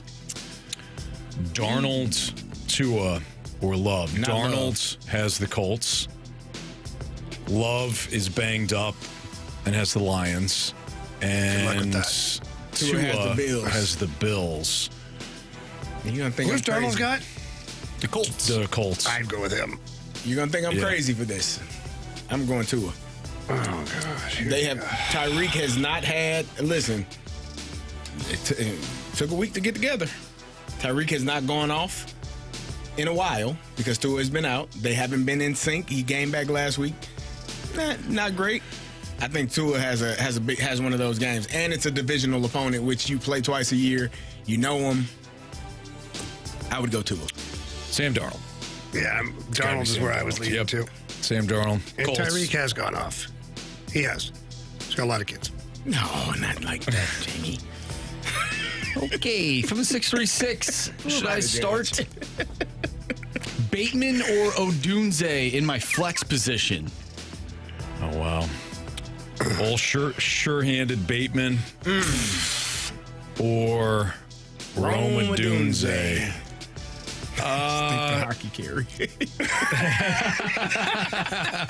I love that. I would go Rome Odunze. I think you have a chance for more of a shootout in that Chicago-Arizona game. Arizona's 21st against fantasy receivers, whereas who's the other one? Bateman. Mm-hmm. Denver's second against fantasy receivers. That and the fact that they added Deontay Johnson. I don't know what his status is going to be this week, but I would assume that gets Bateman less targets and less opportunities. I'm pretty sure Nelson Aguilar is going to be the one that is the odd man out, but Bateman probably will miss out on some opportunities as well if Zay Flowers and Deontay Johnson and Mark Andrews are getting the bulk of the targets. I thought Bateman was pretty good in that second Teen Wolf movie, Teen Wolf 2. Yeah, you're thinking of somebody else. Oh, am I thinking of Jason Bateman? That's correct. Okay. Yeah. He's also in Ozark. Yes. We learned that. A lot of things. Yeah. Very evasive. I'd start him. Again, it's Rashad Bateman. Oh, his brother. Mm-hmm. Gotcha. Well, nope. No, it's his brother. It's not. Oh. Sorry. From the 314, with DK out, should I start Keenan Allen or Cortland Sutton? Keenan Allen versus Arizona or Cortland Sutton versus Baltimore. I'd go Cortland Sutton. Probably. Baltimore's secondary sucks. They stink. It's bad. Ridiculous. And then they're not going to be able to run the ball. See, what you have is a pass funnel defense with Baltimore. So they're going to take away the run, force Denver to put the ball in the air. They're probably going to be trailing. More opportunities for Sutton. I'd go Sutton. You trust Bo Nix more than Caleb Williams also? I don't. I'm just going with all the other things I said. You sure? We're just going with all the other reasons I mentioned. Oh, okay. Yeah. From the 314, in the flex position, Amari, I'm hurt Cooper, or TJ, I'm no longer hurt Hawkinson. Oh. Wow. I think I'd roll the dice with TJ Hawkinson. I feel like you. I'm just intrigued to see what he looks like. Indianapolis is 30th out of 32 teams against tight ends. I'd go Hawkinson. Roll the dice. No offense to Johnny Munt, but I think TJ Hawkinson might catch a ball more downfield, more than 3 yards. Yes. No offense. No offense. No Love a offense good taken. 3 yards. Yeah. Sometimes you need more than 4, though. Sometimes you do. Sometimes you throw it short of the sticks, hoping that your wide receiver or tight end is going to make up the distance. But when it's 4th and 15 and you throw it 3, that's a tough break for that tight end. Look at that guy now. Probably going to end the season. Look at that guy now. He's throwing 5 football links worth of yards. Yep. Against in Tampa. one game. Against Tampa. And that's your guy. Let's see what he can do against obsessed with him. Dallas. You love him. You like that? I like him against Tampa. Do you? All right, you got one more? Yep. From the 314, Rico Dowdle against Atlanta or Javonte Williams against the Ravens? I would go Rico Dowell. Atlanta's run defense isn't great. Dallas's running game sucks, but I think Baltimore's going to shut down your that run options. defense. You might have buys or injuries. Maybe. Actually, there's no buys this week, I don't think. Or was that last week? Steelers have a bye. Steelers That's have- right. That was Steelers and last the week. Niners. Last week there was no buys. Yeah. So you might have injuries and buys. Yeah. But I would go Rico Dowell. I agree with you. Yep. He's been the best Cowboys running back. That's That not ain't saying saying a much. lot. They ain't saying much. But And Atlanta, Baltimore's going to at least stop the run. I think Baltimore is actually going to be better this week than they were last week defensively. You can't be much worse dropping 15 interceptions, 1 to seal the game. But I think they'll be better this week. yeah. I'm just laughing at the 618. Oh man, he's back in there. He hates football. He's been on me. He's been on me on Twitter. Has he? Yeah, and it's like the way he sends messages and what he says. It's like, bro, come on, man. Like, you don't want to be like, hey, come down to the station and talk, because then but the way he says things, it's unacceptable. I'm over him. He told me when He got no jam. he asked me when am I moving to LA. I said I used to live there. He said I can tell. You know what, Carey? What does that even mean? You know what? Just do it. Just do it. Just yes. You know what? LA Dodgers, formerly from Brooklyn, are your world champions. Shohei damn Ohtani. Battle of New York. Freddie for the Battle of New York now in LA. Freddie Freeman, your World Series MVP. You gotta love him. Huh? This team was amazing. Doc Roberts, Doc Roberts, did you not love what he did? Huh? He did amazing, just spectacular. Walker Buehler coming in there, striking out the final batter, sending him home. See you later. It's been real. Now let's go celebrate in the Bronx. What better place, huh?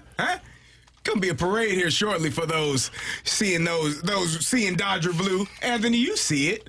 You see it. You're looking forward to it. You're looking forward to seeing the Dodger parade. And then you know what? You're looking forward to seeing it again next year because they'll be back with a new right fielder. He's gonna be really good. Gonna make about $80 million a year. Gonna hit bombs. Juan Soto. Oh, Yeah. wait, what? I thought you were talking about the Cardinals for a second. No. Well, they might have a new right fielder. I got Dodger blue on. I'm seeing Dodger blue. Yeah, I know. Yeah, I'm taking my time off from the old Redbirds. Hey, Why is that? 618. This is on you. This is your fault. This is I don't want to blame anybody for things like it's a team game and all that stuff. I don't want to point fingers. This is your fault. This is your fault, 618. So clean it up so we don't have to do this again. You've been warned. Go Dodger. Gauntlet next on 101 ESPN.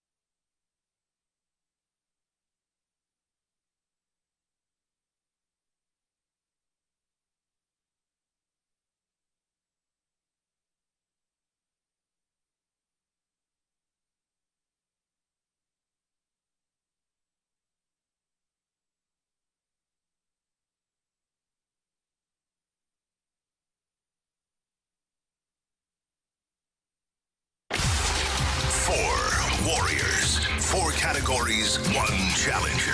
Can you survive the Gauntlet? Brought to you by Blue Note Roofing. Roofing, siding, and gutters. Visit BlueNoteRoofingSTL.com for a free inspection.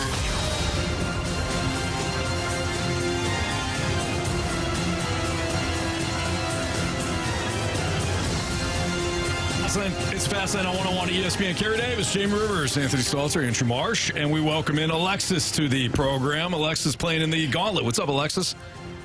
Not much out working. What about you guys? Having a good day? Yeah, we're having a great day. Appreciate you listening. Thanks for playing today. I'm glad. I'm happy to do it. All right. So, is this your first time in the Gauntlet?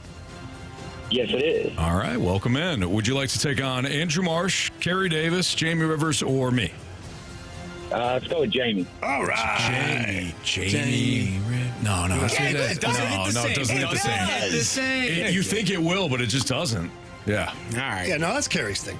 It is. Okay. All right, Jamie. Yep. Get the hell out of here. All right. Good luck, Alexis. Thank you. All right, so Jamie's going to make his way into the cone of silence right now. Alexis, go ahead and tell Marsh to spin that wheel. Spin that wheel, Marsh. What are we hoping for? Hockey. Whoa, I like this. I like the confidence. Oh, Marsh has got his finger up in the air. I wonder if that was just kind of, did you really want hockey? Yes, I did. Okay. I'm a diehard hockey fan. Well, you had hockey. Oh, nice. I like this. All right, so, Alexis, you're going to get 4 hockey questions. Each one is worth 2 points. Jamie will get the same 4 questions. Thank you, Marsh. If you ask for the options, those questions become worth 1 point. Are you ready? Yes. so we drop it. No, I'm just reading the options. Oh. Unreal. All right. Alexis, you ready? Yes. All right. Question 1. Name the 2 teams the Blues have beaten in overtime so far this season. Name the 2 teams the Blues have beaten in overtime so far this season. All right, give me the options. Sharks and Kraken. No. Can you read it correctly, Read the sir? options. Anthony's Sharks and Kraken. Kraken and Islanders. Or Anthony's Sharks and Islanders. Kraken and Islanders. Final answer? Final answer. Question number 2. Name the last unbeaten team in hockey this season. Oh, crap. Give me the options. Is it the Winnipeg Jets, the Calgary Flames, or the New York Rangers? The Jets. Final answer. Question number 3. Who scored the last Blues overtime game-winning goal in the playoffs? So the last Blues overtime game-winning goal in the playoffs.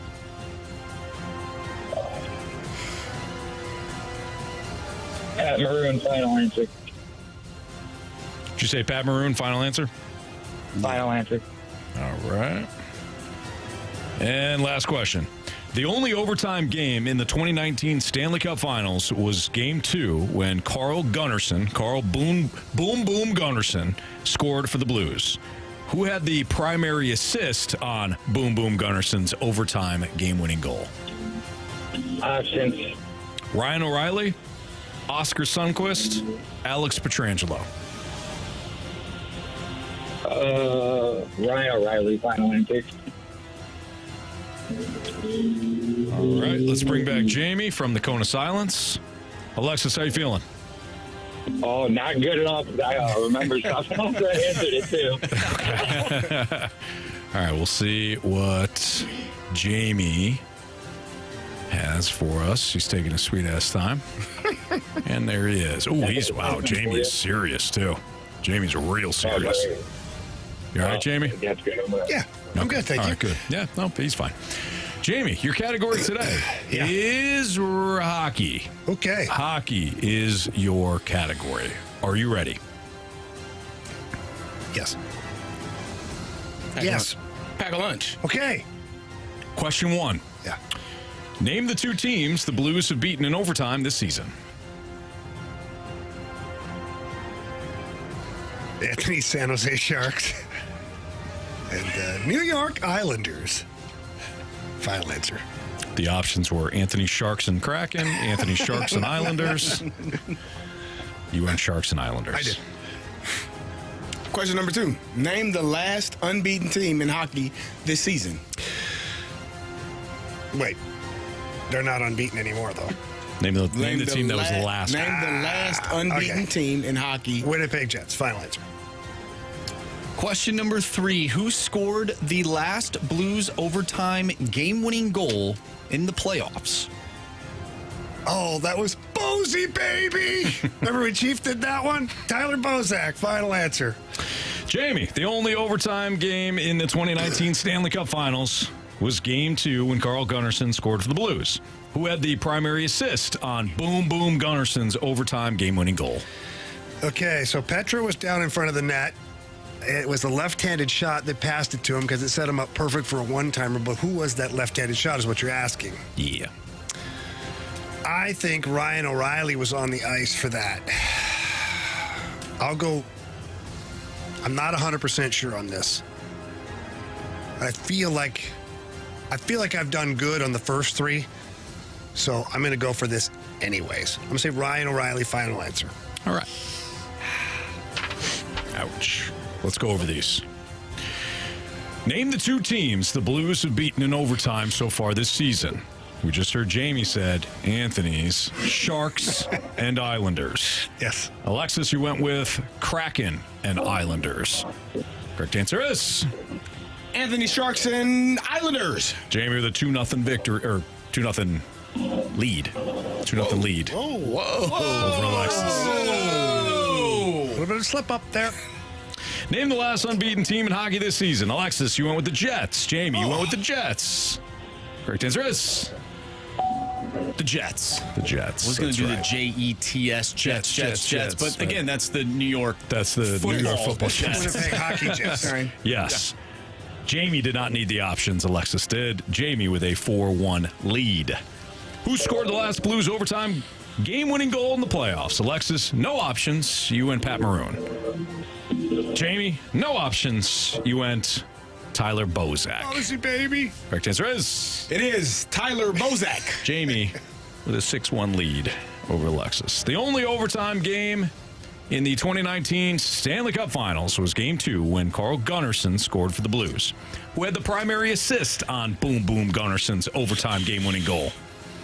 Alexis, you went Ryan O'Reilly. Oh. Jamie, you went Ryan O'Reilly. Yeah, I don't know, though. Alexis, you have chosen poorly.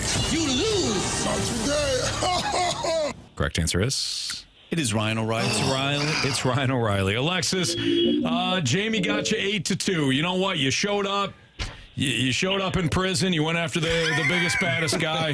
Didn't wind up well, but you know what? I like your confidence nonetheless. Yeah, next time I'll go Carey Davis on the road. Carey Davis.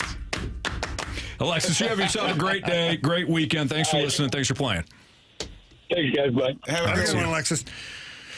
I kind of figured that was going to be rough. Right in that was my wheelhouse. I wrote down 2s all the way. I just wrote it down and put my pen down. It's like Carey picking Juan Soto 1.5 hits runs. You just knew it was going to happen. Exactly. Yeah, I went right down I just wrote 2s. When there's no dates and numbers and things like that, that's my wheelhouse. Yeah, when you can put yourself like on the ice like you did with like O'Reilly and you're thinking about the way, yeah. And I will never, ever forget Chiefs. Bosey, baby! Yeah. I give credit to Alexis. So he was like, hey, I want Jamie. I want hockey. Oh, he wanted hockey? He wanted He hockey, did. yeah. Yeah. Oh, wow. He asked for it. Okay. He did.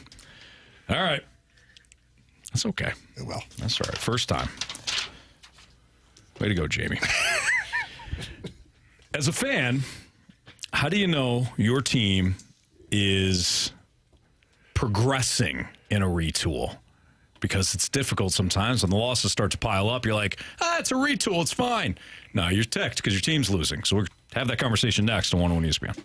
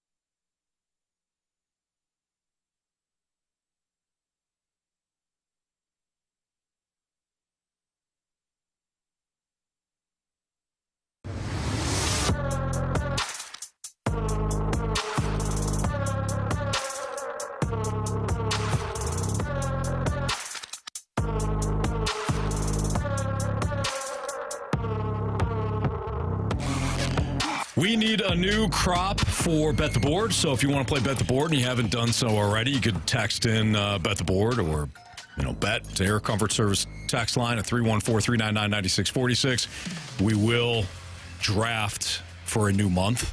I picked up the W last night because I faded Jamie, who was ahead of me by 1, and then I added a... yeah, you did. You cheated. I didn't cheat. I stayed within the rules. You cheated.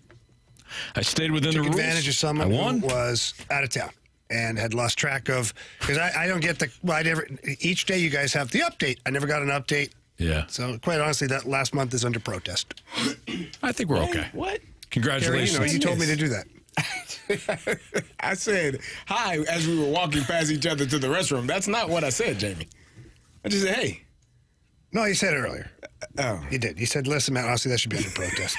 I was like, you weren't given daily updates. You didn't know where you were in the standings. In fact, he said, look, you even had to ask yesterday what the standings were. It's unacceptable. So, Carey, I appreciate your support. Congratulations to Luther, who won Bet the Board last month, as I picked up, I think, my third winning month. Let's close this out with a... Are you leading? Are you leading? I think so. I've got 2. I know that. Maybe I've got 3. Marsh, you have the standings. 3. I've got 2. I got 2. Maybe I got 3. Well, we've got 10 months now completed. So that's good math. I'm proud of you. Thank you. So Anthony and Jamie both have 3. Should have had 4. No. Carey and I both have 2. Okay. Don't high-five me. Hell. He cheated. He used a parlay on the last damn day. You used a 6-leg parlay to beat me on the last day. But we were all... Hey, whoa. You're sounding a lot like the Rizzuto show right now. You need to calm down. Good call, Marsh. By the way, we're losing. I was channeling my inner moon there. Sorry. Nailed it. By the way, we're losing again, guys. We're gonna shape up here. All right. I told you what they do. Don't you? I told you. I know what they're doing. Don't worry about it. We got it. We got it. Let's focus. Let's focus up. Do we have it? They're desperate. We got it. They're playing desperate pick'em challenge. Right Well, they should. They're getting the wheels beat off them. We'll be fine. It's okay. Brake speed off them. What did he say? Wheels. No, you can say that. Can you get the wheels beat beat the off? wheels off? Yeah. Yeah. It doesn't hit the same. No, it doesn't. That depends who you ask. Okay. Either way, their car's on fire. They got issues. All right, as a fan, how do you know your team is going about the retool process correctly? Here's the deal. Marsh and I were talking about this in the office, and we were talking about the Blues. And Marsh actually said this on air earlier, too. Well, he wants to see some progress.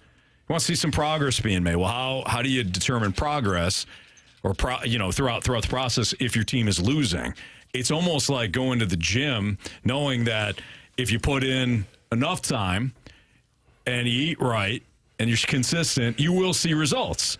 But it might not happen for a week. It might not happen for 2 weeks. You might get frustrated. And you're like, well, this isn't working. And all of a sudden, boom, you see that progress in the mirror or the weight room, whatever it is. So when it comes to the Blues, and you're piling up some losses now, 3 straight, Jamie, how do you know that the retool is going well? I just look at the players that have been added to this. I look at the players that Army added in the last 2 years, and you can't tell me that it's not a better team. It just is. Like, quite honestly, if you said to me, Army added Philip Broberg, okay, you're heading in the right direction. Check. Tell me I'm wrong. You're not. I'm not. And then you added Holloway, who's already got 4 goals. So, I think that those guys are making their presence felt. Suter, although he's not a young guy, he's the right guy for what you're trying to accomplish right now. Imagine if you didn't have him right now. That would sting. So I think I know the team is headed in the right direction. What hasn't happened yet is the wins haven't piled up yet. And the schedule's not easy. They got the Maple Leafs and they got the Lightning here in the next couple of games. So they're going to have to dig in here a little bit. But when you look at the team, man for man, if you took last year's roster, laid it side by side with this year's roster, this year's team is a better team. And I truly believe that. I think that's what I was going to say. The rosters, when you look at them side by side, it's a better roster. Has it translated just yet? No, but when you get new players on a team, it takes time to kind of gel and mold and figure out. I mean, they're changing lines, it feels like, every night because they're trying to find the right combination of guys playing well with one another and then repeating it, doing it over and over for multiple shifts. So I think it's still early, in my opinion. I know people are panicking. The panic bus has started up, but it's probably because of what you've witnessed, as you said earlier, from the Cardinals the last 2 seasons, the Blues the last couple of seasons. You're tired of seeing teams not have success, tired and angry, or make it to the playoffs or make a playoff push. And I think that's what it is right now. I think the team is talented. I think they got guys that are going to find their way, and eventually you get everybody back healthy, which obviously makes your team much better as well. Going back to the whole gym reference, and we were talking about this in the office. You mentioned, well, if you got to go 3 weeks before you actually start to see progress on average. If you look in the mirror, you're like, oh, okay, I'm starting to see something here. But in that process, if you're changing the way that you work out and you're changing your dietary habits from week to week because you think, well, man, this isn't working. This isn't working right now. Could we compare that to the line juggling right now with the Blues, or is that a part of the process? I think for me, it's part of the process. Okay. I see what you're saying. If you change things up too much, you don't know what's working. Right. But if you've got a feel for, you go into the gym, it's like, man, I know I'm not making any progress on this. Let me switch things up a little bit, right? Instead of chest on Monday, like everybody does, I'm going to switch things up a little. I'm going to maximize on back on Monday, whatever it may be, the slight tweaks you make. Eventually, you do find what the routine works best for you. Maybe the time of day works better for you in a certain way. It's not the perfect analogy, but I think that early on, it's okay to make these line changes, trying to find the right combination. Now, if we're still talking about this in January, forget it. You don't have the right mix, and that's going to be a Doug Armstrong problem at some point. But I think for now, it's okay if you're changing things. It's also been a little bit out of necessity, too, guys. Sure. You've got Robert Thomas out. You have Kasperi Kapanen out. You have Matthew Joseph out. That's not ideal for consistency in your lineup. Right. And now you're adding your depth players into those slots, and you're shuffling the deck around, and you're not sure what version gets you closer to what you started with where you were happy. It's part of the process. I look at this is that this season in general, through this retool, is you have to evaluate the process more than the results right now. And what I mean by that is stylistically, when you watch this team play, do you feel like they're playing better overall hockey? They're generating more opportunities 5-on-5. They're consistently playing more often in the offensive zone, which we didn't see the last couple of years. It was run and gun, one and done. We're out of here. Right. It's not happening this Wham, year. bam, thank you, ma'am. Pretty much. Like Anthony. the Yankees in the World Series. Yeah. It was very quick. Done You're right. quick. And defensively, when you look at this defensive core, It's better. You're way happier with it. So the process, in my opinion, will eventually lead to more wins. Hopefully sooner than later, though. And the injuries, they stink, but everybody's going to go through that. Yeah. How long can you use the Robert Thomas and Matthew Joseph should be back before he is, but how long can you use that as an excuse? Forever, probably. Is it an excuse though, or is it a legit reason? If you're, the way that I look at it, he is a massive hole right now. You are missing your best player, but you need other dudes to step up. This is their time to step up. And at least for me, as a fan, whatever, I want to see that because that's part of the retool process. You can't win a Stanley Cup with one guy. And if one guy's out and your team completely looks just different and you're not playing as best as you can, to me, that's a problem. It shouldn't be you shouldn't just lose one guy and then all of a sudden your team falls apart. No, that's a prime example is why you're in a retool. It is because you're waiting. Ultimately, when you look at this Blues roster, Pavel Buchnevich should be left wing on the first line. Just the experiment at center, whatever, just fine. I understand that it's a necessity right now, but for me, Buch plays wing on the first line with Robert Thomas, and then there's an empty slot there. Second line, there's Jake Neighbors, empty slot, Jordan Kyrou. So the retool, to finish out what you're doing, you need a second line center and a first line winger. That's it. You've got your top 4 left-handed shot defensemen, because that was my big thing last year. You need to go find that left-handed shot top 4 defenseman, and Army did it with Philip Broberg. So now the next part of it is center and wing, which just so happen to be the two positions that Dvorsky and Snuggerud play. That's what I was thinking. Yep. So, but again, you have to let the process work itself out because those two young guys aren't ready yet. Yeah. I agree with you. I think as a fan, I am impatient. Of course, we all are. I am impatient because those guys are not at the NHL level yet. I don't know when they are going to be at a level to where you feel comfortable competing in the playoffs or for a playoff spot. And now let's say they miss the playoffs again. That's now 3 years in a row where you've missed the playoffs. And now I'm starting to become a little impatient. And now I don't care about this quote unquote retool. It now feels like a rebuild. So, but here, let me just step in for a second. Mm-hmm. If right now, if you look at your top 6, okay, it's, again, I'm going to go Booch, Thomas, and blank. We go Neighbors, blank, Kyrou.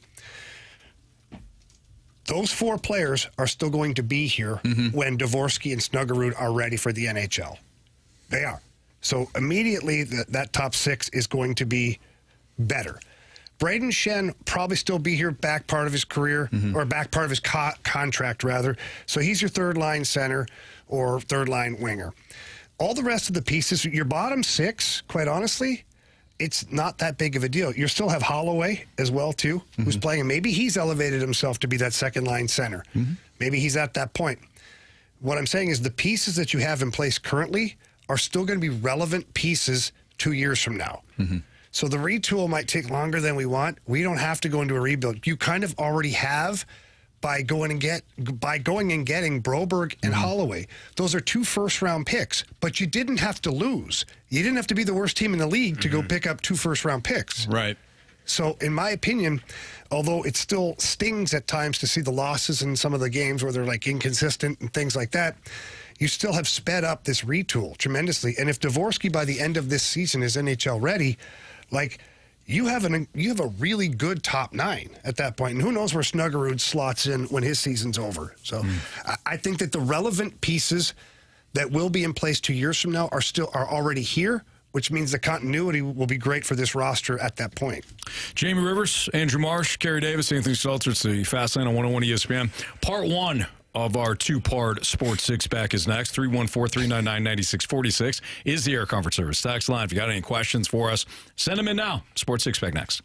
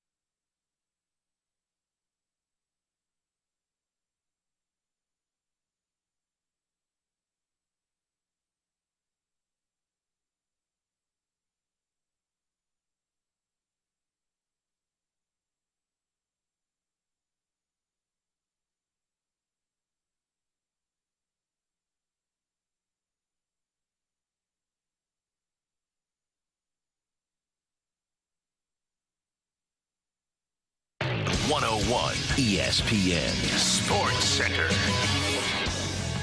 I'm Andrew Marsh. It's time for a Sports Center update driven by Johnny Londoff Chevrolet and Johnny Londoff Autoplex. We just got done talking about the Blues. They lost to the Flyers last night in Philly, 2-1 the final.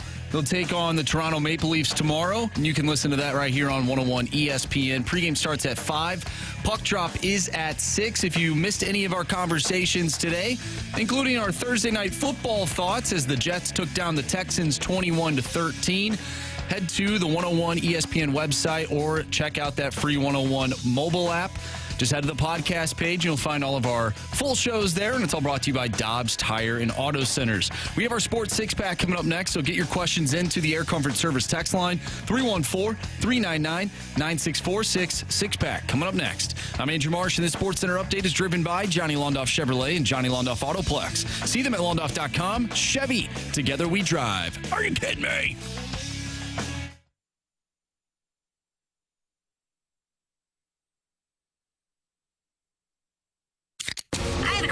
It's time for the Fast Lane to answer your sports questions. I want to ask you a bunch of questions, and I want to have them answered immediately. Asking me all these weird questions. Answer the question. Answer the question. Answer me! The Sports Six-Pack is brought to you by Paramount Men's Medical Center. Suffering from ED or PE? Your first treatment is free at ParamountMen'sMedical.com. All right, time for the Sports Six-Pack here in the Fast Lane on 101 ESPN. Carey Davis, Jamie Rivers, Anthony Stalter, Andrew Marsh. Question number 1. From the 636, have you guys heard anything about the W, and not the W that Jameis Winston is eating against the Baltimore Ravens, but the WNBA? Have you heard anything about the WNBA coming to St. Louis? No, I have not. No, not at all. I read something about it, but I didn't. I thought it was just like some kind of fictitious thing on Twitter. That's not real. That doesn't happen. No, I know. Clearly it doesn't happen. Stories don't happen on Twitter, Jamie. No, you're right. Everything you read is real. Especially this time of year. It's happened to Jamie a few times, actually. It's very believable stuff sometimes. What was the one? That Elon Musk was buying Anheuser-Busch. Okay, so wait. In my defense. What are you laughing so hard for? I'm laughing in my defense. I want to hear it. In my defense. The man has enough money to buy anything he wants in the world. This is true. He's trying to take beer to the moon. And because he was kind of I felt like he was going to try and recapture the whole Anheuser-Busch crowd, because of all the craziness. It was kind of believable. That's not that bad. Yeah, I mean, it's not terrible. It's not like he's going to start producing unicorns, Well, I did see something about this. I think it involved Jason Tatum being a part of a group that wants to bring the WNBA to St. Louis. And if that is what what is happening, I think it's great. That'd be pretty cool. Yeah, that'd be awesome. We need a basketball team around here. Yes, we do. Maybe they can win. Somebody said something about the Pelicans? Nah. No, that is isn't that the Pelicans? Is it Pelicans or is it Flamingos? Flamingos. It was supposed to be It was supposed to be Flamingos. I thought Pelicans was more appropriate. Yeah, Jamie said, go Pelicans. Whatever. Question number 2. It's a bird. Yeah, it is. Near the water. Yeah. All right, eat fish. Important question from the 314. Guys, my lady is taking me to dinner tonight. Looks like a nice place. I usually pay, but it's for my birthday. Happy birthday. Happy birthday. So she is going to want to pay. Worried about what to get because I don't want to be greedy. Should I even be worried? No. If your lady's taking you out, it's because she wants to. She loves you, wants you to have a special night, and I'll give you some advice. If you don't order what you want or enjoy the evening, she is going to know this. Mm-hmm. She's going to notice that you didn't order because she already knows what you like to eat. She probably picked a restaurant because you like certain things at that restaurant. Yeah. Therefore, if you sit there and order a salad and a glass of water because you're trying to be nice to her, she's going to be like, what are you doing? She's going to be insulted. Or she'll feel like you don't like the restaurant I picked. Yeah. And that your night is going to take a wicked turn at that point. And you're going to be hungry. That's important. That's a you carry. You're dealing with a lot in that moment. That is a lose-lose proposition. I would order what you'd like to eat within reason, because you don't want to overeat. Because, later on, you don't want to be uncomfortable for, point. Movie time. Like Netflix. You don't want to be uncomfortable Netflix for and chill. Yeah. And chill. Yep. Want to make sure that you've still got some flexibility. Yeah. Energy to get through the night. All of it. Well, what if you don't have energy? What can you do? You always go to Mentality, 2 different locations. Tell them Jamie and Anthony. Quite honestly. Tell 'em Jamie and Anthony sent you. It'll help you Absolutely. No doubt. Hopefully that's Happy not the birthday. case, though, tonight for this gentleman. No, yeah. he'll be absolutely, fine. yeah. Yeah, enjoy yourself. Okay, this one comes from Alexis, who we just had on for the Gauntlet. And we were talking about the power play earlier. They're making some changes. Jake Neighbors is that net front presence on the PP1. But what if they took Alexei Toropchenko or Oscar Sundqvist and put them on the top power play as the net front presence? Could that make a difference? Why would you move Jake Neighbors? Like, the guy scored how many goals last year in front of the net? 27, but in front of the net. 16 in front of the net. At least, right? Maybe even more. Yeah. I'm not touching that. Is that more of like a second unit type thing? Oscar Sundqvist has played on the second unit in front of the net. I like Alexei Toropchenko, and he's a hell of a hockey player, and he works extremely hard. He is not an offensive guy. He doesn't. Not all players possess power play skills. Talking about the hands. Power play skills, Andrew. You can pinpoint whatever you want. Sure. But yeah, I think Jake Neighbors is good in front of the net. I think Braden Shen would be great in front of the net too on the next power play unit. So I'm excited to see Broberg on the power play. Me too, man. He is the way he's patient with the puck and the way he always makes good passes. Like, I've yet to see him make a pass. It's like, what is he doing? Yeah. Speaking of Sonny, though, I thought he had a really good game in Toronto. Like, what have you seen from him since he's returned? He's been Oscar Sundqvist. He's been a junkyard dog out there. He's going to take a hit, make a hit. He's going to block a shot. He's going to lose his stick. He's going to fall down. He's going to bang into somebody. He's going to fall on the goalie. He's all over the place. But I love his effort. And yeah, I think he's been good. I think that line, actually, when they had Toropchenko, Faksa, and Sundqvist, I loved that line. Those 3 guys were huge out there. Like, Torpo's, 6'5", 6'6". Sonny's 6'3", Fox is 6'2". Like, that's some big dudes, man. Yeah. I like it. I think he's playing well. All right, let's carry this over. Sports Six Pack, Part 2, next on 101 ESPN.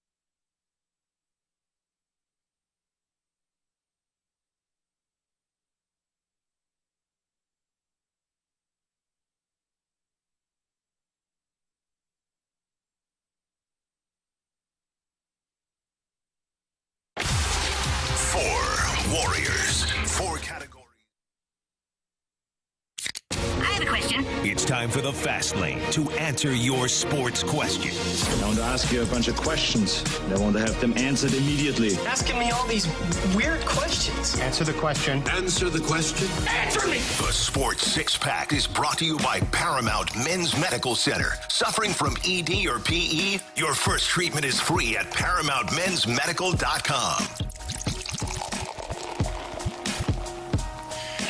Time for part 2 of the Sports Six Pack here on the Fast Lane on 101 ESPN. But before we get into the Sports Six Pack, we have to draft for Bet the Board for the month of November. Yeah, we do. And we have on the line via the Collier-Thompson phone line the one and only Sweet Voice James. What's up, James? Guys, how you doing? Hey, how's the knee? You had the knee surgery going on. Yeah, we are on IR with the lower body. Okay. How are the painkillers? They're working. Okay. That's all that matters at this point. That's right. Yeah. Well, best of luck in the recovery, my man. Man, I appreciate it. We've already started that, unfortunately. Sure. Well, we know you've been watching us, so we appreciate it, man. Man. You got the first pick. Would you like Marsh, Carey, Jamie, or me? I got to go with the guy who's actually checked up on me 2 days out of this week. So, Anthony, man, you're my guy. Excellent. Marsh predicted that, too. Marsh goes, it'll probably take you, Anthony, because you're the only one that's actually reached out to him on Twitter. The boys, they love you, man. So they won't say it because, why would we not say it? Why would you worry about that? They won't say it because they're, how do I put this, jerks. But they care about you. Guys, you've got an NFL fullback and an NHL defenseman. They're too tough to say they love you. Yeah, exactly. That's not true. We love you, James. And I'm the one coming back. I said, Anthony, I think he got his knee done. Anthony's like, I know. Oh, okay. Yeah. Well, I wouldn't know because you wouldn't reach back out to him on Twitter, Jamie. So you didn't? No, you didn't. I don't think he tagged me on this one. Oh yeah, I did. No, I don't think Jamie's busy. He gets the excuse he's busy. That's right. He's dealing with some other issues right now with the way the Blues are playing. Oh, I have lots of issues, James. More than that. James, we appreciate you, man. Rest up, and we'll try to get it done for you in November. Yes, sir. Let's go get it. All right, brother. See ya. All right, get well, buddy. Later. Yep. See you, James. James. We don't officially know James, but James is a loyal listener. He reaches out to us. He leaves us the mic drops. He reaches out on Twitter. Really good dude. And just had knee surgery. So we wish you the best of luck. All right, Marsh. The 314 wants to know if I'm sober. What's going on here? I did play the Gauntlet Open for like 2 seconds, and I heard 4 Warriors. So I was like, that is not what we're doing right now. You know what the funny part is? It didn't click. Carey was telling me some stuff at the same time.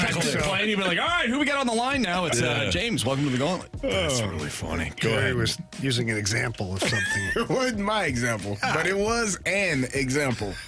Which made perfect sense, actually. So, yeah, it's all good. You have that.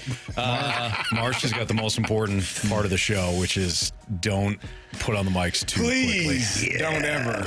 Yeah, it was 3, 2, 1, and then they were still talking, and I go, okay, 3, 2. Yeah. Done talking. 1. Damn, Carey. I'm sorry. Question number 4. Don't think he's the issue. Me either. Okay.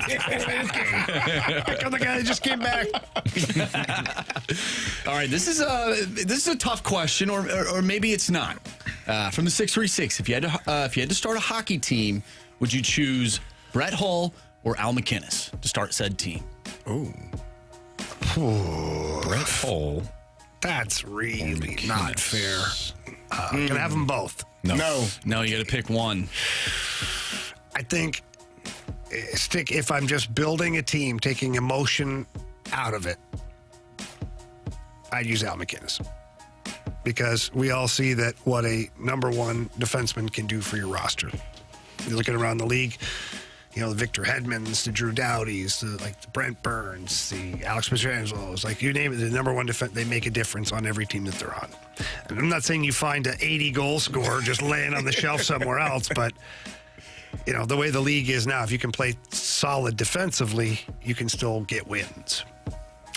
Jamie seems to know what he's talking about with hockey, so I'll agree with Jamie. He doesn't like scoring, so it's okay. I'll take Brett Hall. I like scoring. Hey, you know, You know what though? The other guy can really shoot the puck. Yeah, both can. Both can. So you really can't go wrong with either one of them. Marshy, who you going with? I got to go with Hal McInnes. That's your old coach, too. Yeah. Got to go with him. I'm a little biased. All right, I'll He's your flip. I'll former go. partner, too. I'll go with Carey here. yeah, I'm going Brett Hall. Yeah, let's go. I Brett Hall. told you, my first time seeing, listen, I told you this. I saw this white guy with gold hair skating around the damn ring. I was saying, oh my God, what is that? I've never seen hair that color in my life. He was skating around with his damn helmet up. I'm like, oh, whoa, the hell? It's so funny. Never seen hair that color. It was so gold. I was like, It was Holy's hair, not a scoring ability, and not the 100+ mile per hour slap shot. Yeah, it was the hair. it was the hair. Yeah. First time. That's glorious. Crazy. Remember, I think it was, I don't know, it was like a year ago, maybe it was even longer than that. I remember I was looking up YouTube clips of Brett Hull, and I looked at you, I'm like, my God, Brett Hull could play today. Like, it was like watching Walter Payton or something, or Jim Brown. You're like, right now. You can watch him right now. You know, some older players, you respect the history, you respect the game, but you watch him like, that guy would get killed in today's game.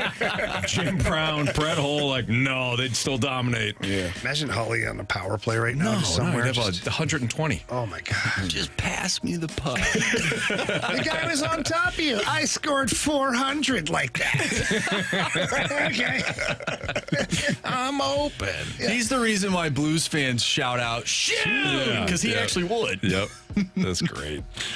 Question number 5. All right, from the 314, who will the Cardinals bring in to replace Gibson and Lynn? Funny you ask that. Cardinals made a move today. I don't think this is that, though. No, it's a move, Jamie. It is a move. In the right direction. The Cardinals have claimed right-handed pitcher, RHP, Roddery Munoz off of waivers from the Miami Marlins. He will be added to the 40-player roster. There you go. That's good. That is good. Does that, I don't know. Is that what? Is that what, Carey? Does that make the difference? Yeah. that we needed Roddery. Yeah. He's going to be good for us. One season in the majors, career ERA 6.53. Well, what's his name was a Rule 5, wasn't it?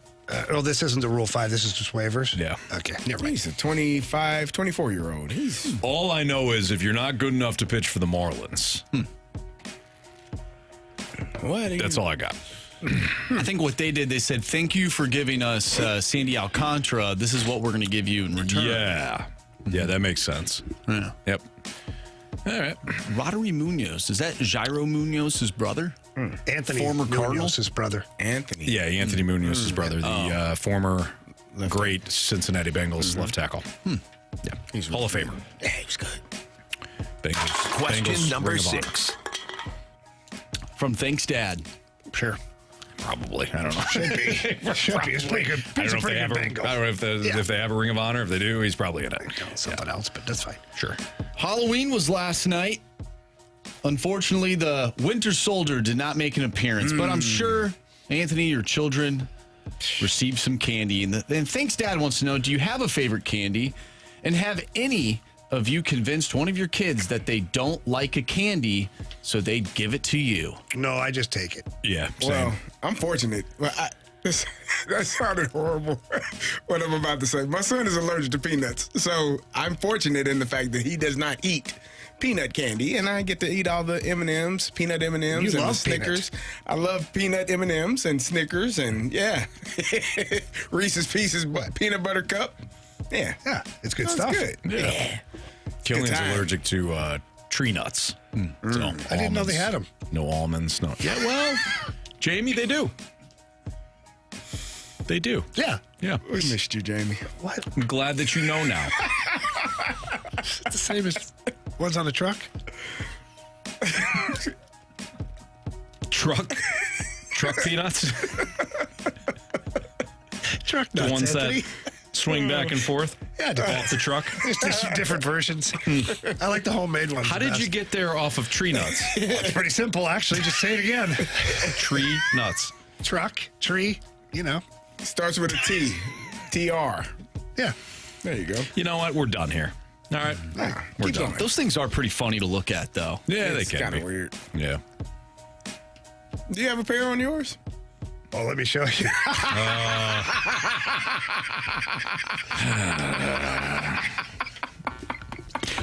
Thanks, Dad, was it? Get us out of here. Thanks, Dad. Yeah, Kit Kats.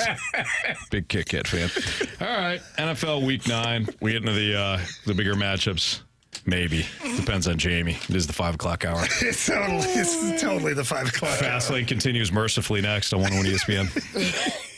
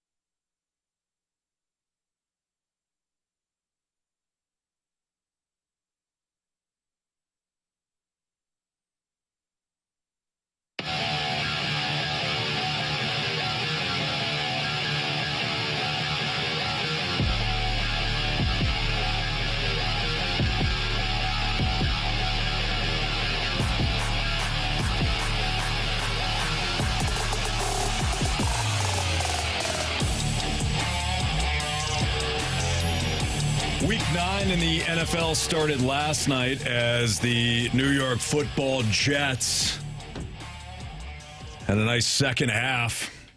And what I mean by that is Garrett Wilson caught 2 passes one-handed. Wound up scoring a touchdown on both. And the Jets won.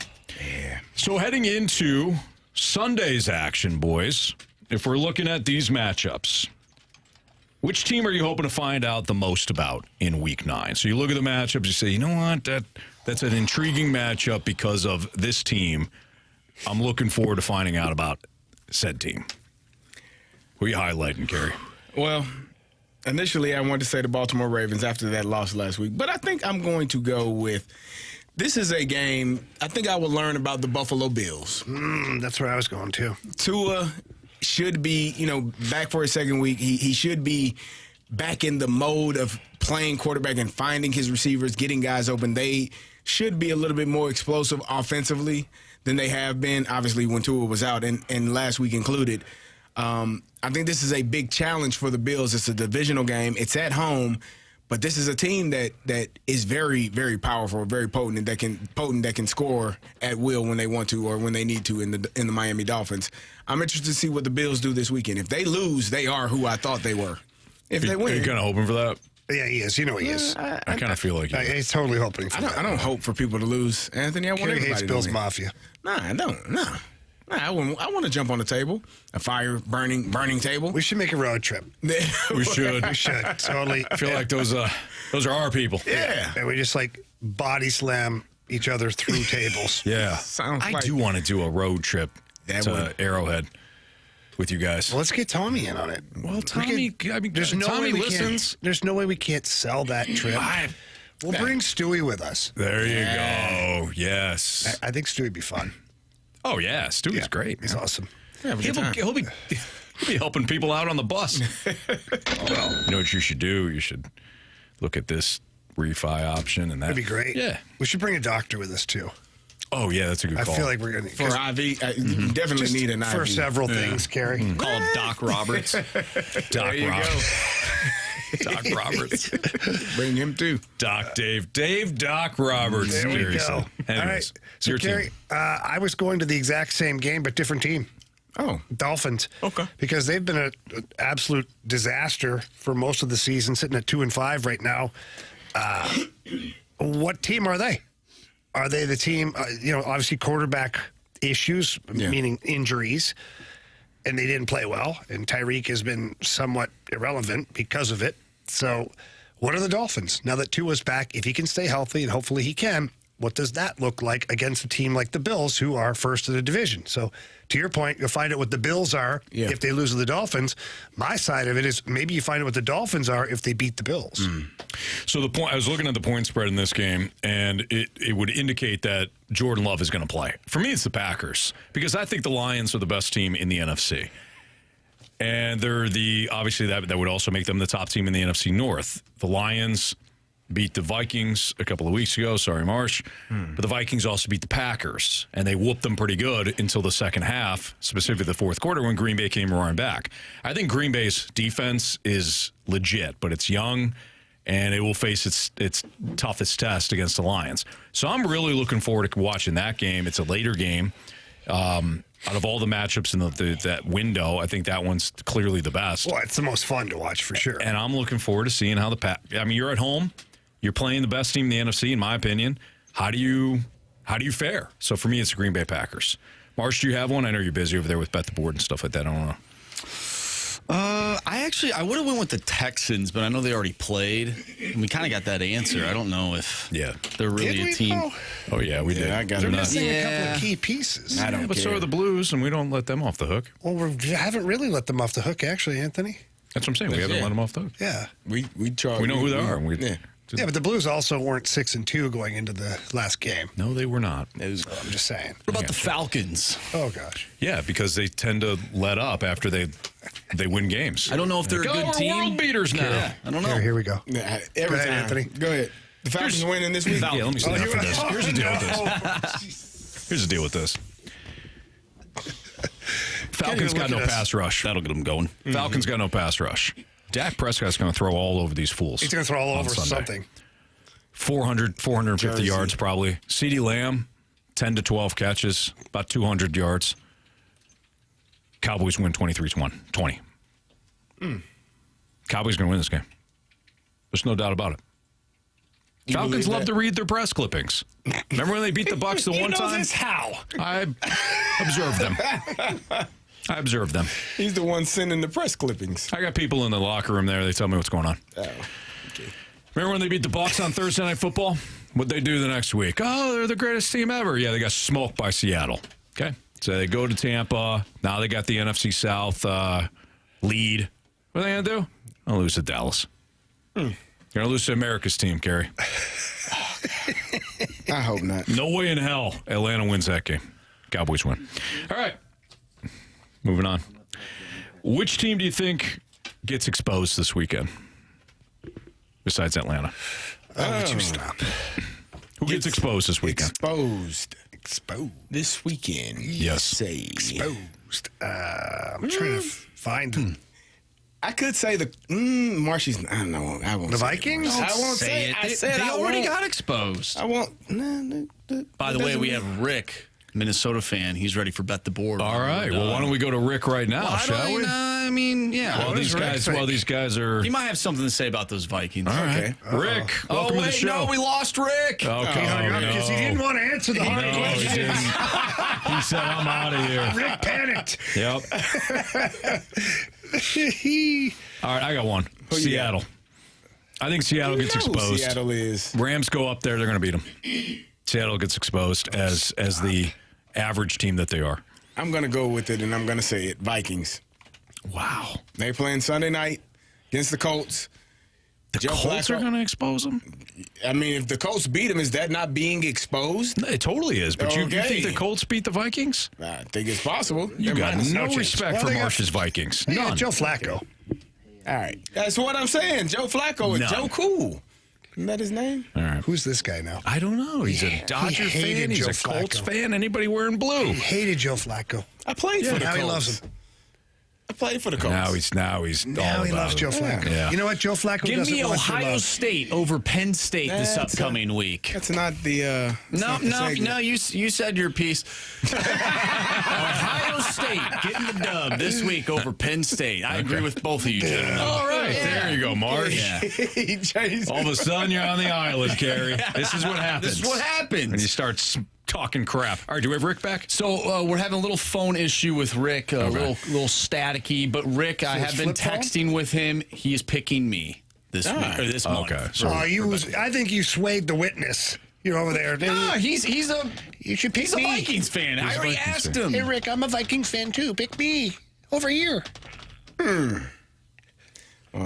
Welcome back, Jamie. I think you've got us all now.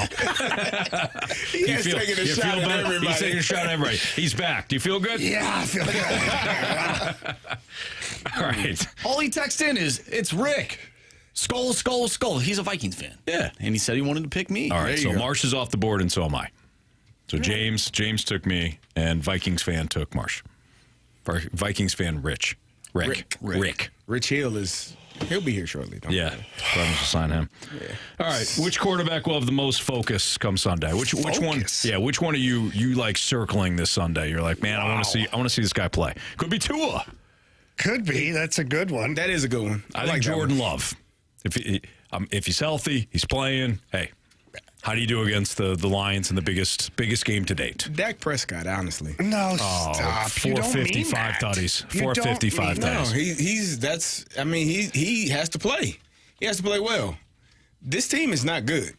And they shouldn't beat the Falcons in Atlanta. But if they are going to win, it's going to be because of Dak Prescott having a hell of a game. There's no pass rush. So, yeah, on either side. It should be 800 yards passing in this game. There's quite a few quarterbacks that need a really focused Sunday. I'm just talking about the one that you're focused in on. Who I'm focused in on? Yes. Well, Jared Goff, but that's a layup. Yeah, I mean so Jordan Love again, tough matchup, right? Yeah. I'm focused on Dak.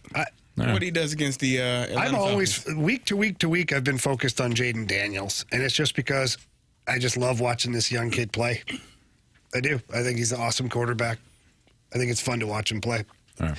I think they should pound the Giants. So it's not like there's like real intensity surrounding that game. But Right. I just like to see him continue to play well and win. Okay. Marsh. Yeah. What about Bo Nix? We talked last week about the Broncos and whether or not we can actually buy into them. I think this is an interesting matchup for them as a team, but definitely I would say his biggest test so far as a young rookie quarterback. So I'm interested to see what he does against the Ravens. There you go. All right. It's Fastline on 101 ESPN. We've got Prove Me Wrong. Bad time for this because Marcia is ticked off at both Carey and Jamie. But nonetheless, get your Prove Me Wrong statements in at 314-399-9646. You could any statement that you want Carey, Jamie, and me to prove wrong in the eyes of the Honorable Judge Andrew Marsh, and we'll play Prove Me Wrong next on 101 ESPN.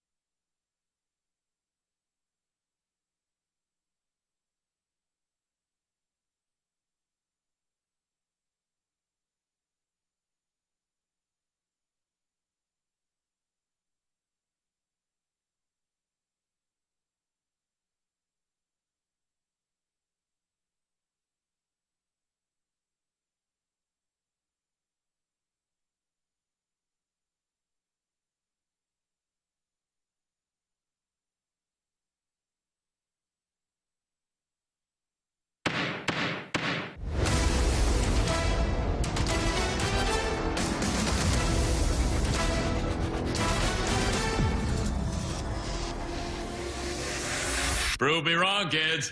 Prove me wrong. Before we step into the courtroom of the Honorable Andrew Marsh, we do have another James for Bet the Board. What's up, James? Hey, sir, how are you guys doing today? We're doing great. Thanks for playing Bet the Board. It's my pleasure. I'm good. Happy to have you on. All right, so the other James took me. Rick chose Andrew Marsh. Allegedly. So you, James, have an opportunity to take either Carey Davis or Jamie Rivers. Who would you like? Oh, man, and these are my two dream guys. I mean, if I had a chance, but I have to go with the hungry man, the guy looking for redemption. I've got to go with Rivers on this one. You damn right I'm looking for redemption. Anthony cheated. I don't know that he cheated. Wasn't paying attention. I wasn't given the necessary information. You know it was October 31st, right? He didn't know. It's Halloween. So? He was working. He dressed up. He had a Scooby-Doo outfit on and everything. That's what he chose. It was a different night. Oh, not bad. Anyways, James, you got Jamie. All right. All right, thank you. We'll see you. Can't wait. Let's go, baby. Thank you. Bye-bye. Let's go. He's ready to go. He was. Yeah. I like that enthusiasm. Right. So whoever texts in will have Carey Davis. Fine choice. Yeah. Carey's got 2 winning months. He does. Andrew Marsh has 2 winning months. Mm-hmm. And Jamie and I have 3 winning months. Asterisks. Yeah, that's what I said for both of y'all. No. I agree. You know what? That was payback. For what? The 6-leg parlay you snuck in. Harder to hit that than a little 3-leg parlay or 2-leg, whatever. It's a 2-leg. We tried to convince him to do 3. He wasn't going. I wasn't budging for it. Probably that third one probably would have hit you in the rear end. Anthony's always afraid of that third leg. Yep. Typically. Absolutely. Judge. Yeah. We're ready to rock. The law firm of Davis, Rivers, and Stalter ready to rock. Perfect. From the 636. Go ahead. That turtle was sick. That turtle was sick. Yeah. All right, from the 636, prove me wrong. Pavel Buchnevich is our best option at center until Robert Thomas returns. No way he'd be more productive at the wing. Well, first of all, did you see his face-offs the other night in Ottawa? He lost 8 of 9 face-offs, which means you're starting every one of those draws playing defense. It's hard to score goals when you're playing defense immediately. Also, Pavel Buchnevich has not been conditioned as a centerman. And all that means is centermen have a different type of conditioning because they have to play all over the ice, whereas the wingers, when they get back in the defensive zone, they have an area that they cover waiting for the centerman and the defenseman to regain control of the puck, and then they're off to the races. So if you're telling me Pavel Buchnevich, who, by the way, hasn't played center in like 8 or 9 years, I think was the last time he's played like center on a somewhat regular basis. If he's our best option at center, when you have guys like Braden Shen, who's a natural center, Radek Fox, a natural center, Oscar Sundqvist, natural center, Dylan Holloway, drafted as a natural centerman, you have other players. Pavel Buchnevich, too, by the way, where did he have his most productive season as a St. Louis Blue? Stop, don't worry about it. I'll answer it for you. On the wing. So, yeah, Pavel Buchnevich is not the best choice to be a center. From the 636, prove me wrong. The Chiefs will pull off an undefeated season and win their 3rd championship in a row. No, you didn't. The undefeated season, the Chiefs won't win this weekend. I got the Tampa Bay Buccaneers going in there and Monday night, and you're going to see Shaky Bakey, as some people like to call them, take on the Kansas City Chiefs, and they will get their first loss this weekend. So, no, they won't have an immaculate season. They won't have an undefeated season, because how can you go undefeated when you lose Monday night? That's what's going to happen. Yep, Shaky Bakey. I like it. What? I like it a lot, Carey. I like what you've been saying all show. Actually, that's a lie. He's going to buzz me for sure. All right, this one comes from the 314. Prove me wrong. Winnipeg is the worst place in the NHL to live as a player. Are you kidding me? Have you seen the lakes up there? It's God's country. It Beautiful. is absolutely beautiful. And that community, a little smaller community, right? What does that mean? Better fan support. The original whiteout started with the Winnipeg Jets. Everybody else has stolen the idea and ran with it like it's their own. No, they're doing a whiteout. No, you shouldn't be. It should be trademarked. They didn't do that. But the Winnipeg Jets created the whiteout. The Winnipeg Jets have a fan base that is passionate about their team. The city is awesome. People are super friendly. Great areas to go golfing and fishing and just enjoying the great Canadian outdoors. Telling me Winnipeg's the worst place to play. They obviously haven't been to Buffalo. Lou. Damn. Harsh but fair. Hey, any neighbor that is a neighbor of the great town of Grand Forks, North Dakota, is a great place to be, in my opinion. Well said, Judge. Well said. Absolutely. From the 314, prove me wrong. Esports are not sports. Are you kidding me? Do you see the way those kids work their asses off to make sure that they have the correct teamwork done? Do you ever see those kids work in unison? It's absolutely spectacular to watch. The communication, the dedication that they have. They work for sponsors, right? I believe athletes often wear sponsors on their jerseys, too. Now, do they get up and walk around a lot? No, neither do NASCAR racers. So they're athletes, and so are esports athletes. Whoa. It wasn't that bad. That was pretty damn good. You got me with the NASCAR drive. Thank you. That did it for me. Oh, man. Anthony, you just, complimenting people that play video games. Yeah. It was an automatic ding for you. Thank So, you. Congratulations. You guys are doing pretty well so far. We'll see if that continues. From the 573, prove me wrong. Watching Jack Flaherty be rewarded with a World Series trophy in L.A. after watching him whine for 5 seasons in St. Louis was the worst part of the postseason. I mean, watching him, the worst part of the postseason had to be for Yankee fans that watch their teams blow up in the 5th inning. I mean, come on. Are you serious? The worst part of the postseason is watching a routine fly ball drop to the ground when you're Aaron Judge. The worst part of the postseason got to be Anthony Volpe skipping one to Jazz Chisholm. And, let me not forget about the Gary Cole saying, you know what? You got it, Rizzo. I'm supposed to be there. Guess I don't got it. And Mookie Betts beating out the grounder. That had to be the worst part of the postseason for all Yankee fans. You're mad at Jack Flaherty because he won? The worst part is bad defense, man. Do your damn job that you're coached to do in spring training. Do you not have George Kissel's book? Clearly not, because you don't know the art of defense. So you didn't do your job. That's the worst part of the postseason. I think it really depends on who's asking. Who's asking, right? Yeah. Because, let's be honest, that was very entertaining, seeing them boot that ball around. Even though I was rooting for the Yankees. But, Carey, I liked your conviction. Thank you. Nice job. Liked your conviction. We'll do one more. How about that? Yes. Prove me wrong. Kristen Stalter needs to be the head coach for the Flag Football Falcons. Yeah, there's no doubt about it. No doubt about it. I'll just concede that one. She's smart. Gets way more out of the kids, understands their feelings, and how to motivate them. Plus, Anthony lost the biggest game of the year.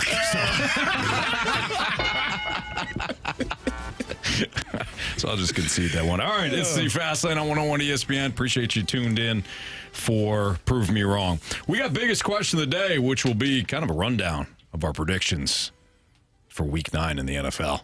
Who's the biggest upset we got? That's next on 101 ESPN.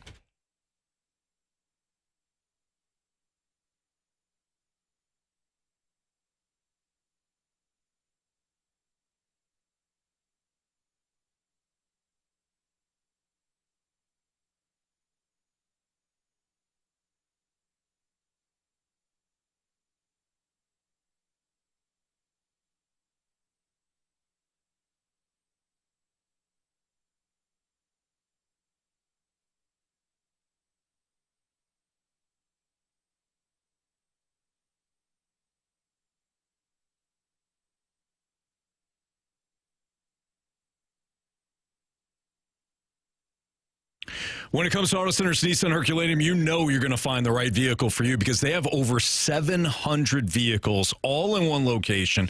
New Nissans, pre-owned vehicles, all different price points, and they've got financing options for everyone that walks through the door. So if you're a first-time credit borrower or maybe somebody that's got credit challenges, you got some credit, debt issues and things like that, if you need a vehicle, they will finance that car for you.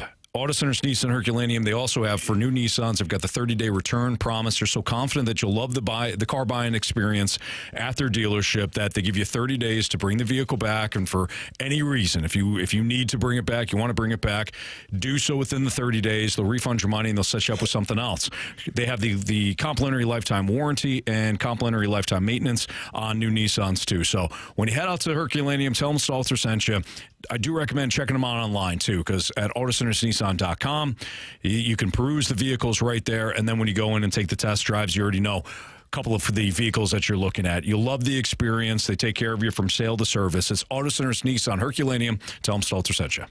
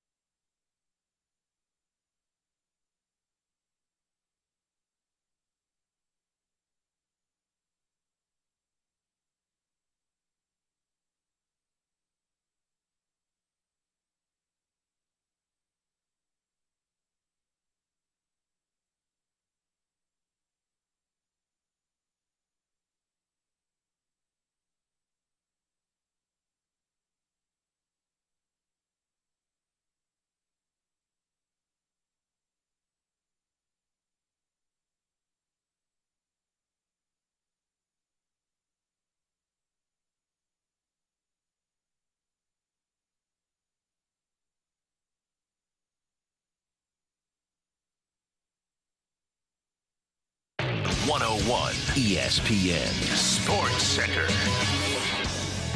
I'm Andrew Marsh. It's time for a Sports Center update brought to you by Saliga Heating and Cooling. The Blues lost to the Flyers last night by a final score of 2-1. They'll take on Craig Berube's Toronto Maple Leafs tomorrow. Pregame starts at 5. Puck drop is at 6. And, of course, you can listen to that right here on 101 ESPN. On Thursday Night Football, the Jets defeated the Texans 21-13. With our biggest question of the day, we're going to run down some of the other bigger games in the NFL this week. So stay tuned for that. Also, if you missed anything from today's show, make sure you go to 101ESPN.com or check out the free 101 mobile app. Just head to the podcast page, and you'll find all of our full shows there. And it's all brought to you by Dobbs Tire and Auto Centers. This Sports Center update is brought to you by Saliga Heating and Cooling, an independent American Standard heating and air conditioning dealer.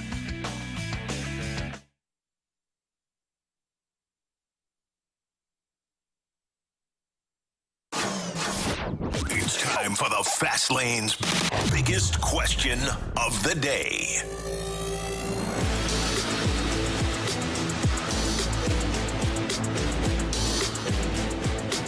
All right, before we do the biggest question of the day, we have one more person to match up for Bet the Board.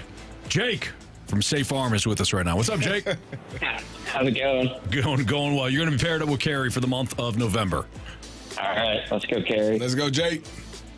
This dub. Nice. Eating dubs like Jameis Winston. Yeah. All right, Jake. Have a great weekend. Thanks for playing. Thanks. All right. There you go. So we're all set for Bet the Board. James, sweet voice James, is paired with me. The other James is paired with Jamie. Vikings fan Rick is paired with Vikings fan Marsh. And Jake from Safe Farm is with Carey. So we're all good. All right, boys. So the biggest question is basically, who's your big upset this weekend in the National Football League? What do you got? What do you got pulling off the upset? I kind of gave you one earlier. Colts? You guys didn't believe me. Well, I got a couple. You thought I was joking when I said the Chiefs are going to lose, huh? Oh, boy. The Chiefs are not losing to the Bucs on Monday night. All right. You don't believe it. I don't believe it. They'll go 16-1. That'll be their only loss. That's not going to be their loss. Well, show me another loss on the You wouldn't even pick the Bucs against the Falcons last week with the two receivers. The Falcons are better. They're not better than the Chiefs. We saw that. The Falcons are better than the Chiefs. No, they're the Carey. What are you doing right now? What are you doing right now? He doesn't know. He's tired. I know it's 5:30 on a Friday night. He's getting giddy. He's tired. Don't mail it in. We still got 2 segments. I thought we were leaving. You did. I'm not used to all this radio. Jamie's tuckered out. Now so is Carey. Come on, guys. By the way, Blake Snell opts out with a 1-year, $30 million deal left. Wow. So, Blake Snell, he outie. Gonna be a car. No. Okay. My upset, although this is it's a fun game, I'm sure. My upset's going to be the Patriots over the Titans. Oh, come on. Titans are favored by 3.5, Carey. I like that. I like that one. That's terrible. Yeah. I don't even know how they're favored. The Titans. They stink. Like Patriots are bad. The Titans stink. They should be like do. even money. Yeah. I have the Browns defeating the Chargers this week. We just talked about Jameis Winston eating dubs. Gonna get another one this week against the old Harbaughs. Okay. All right. Who you have, Anthony? Bears over the Cardinals.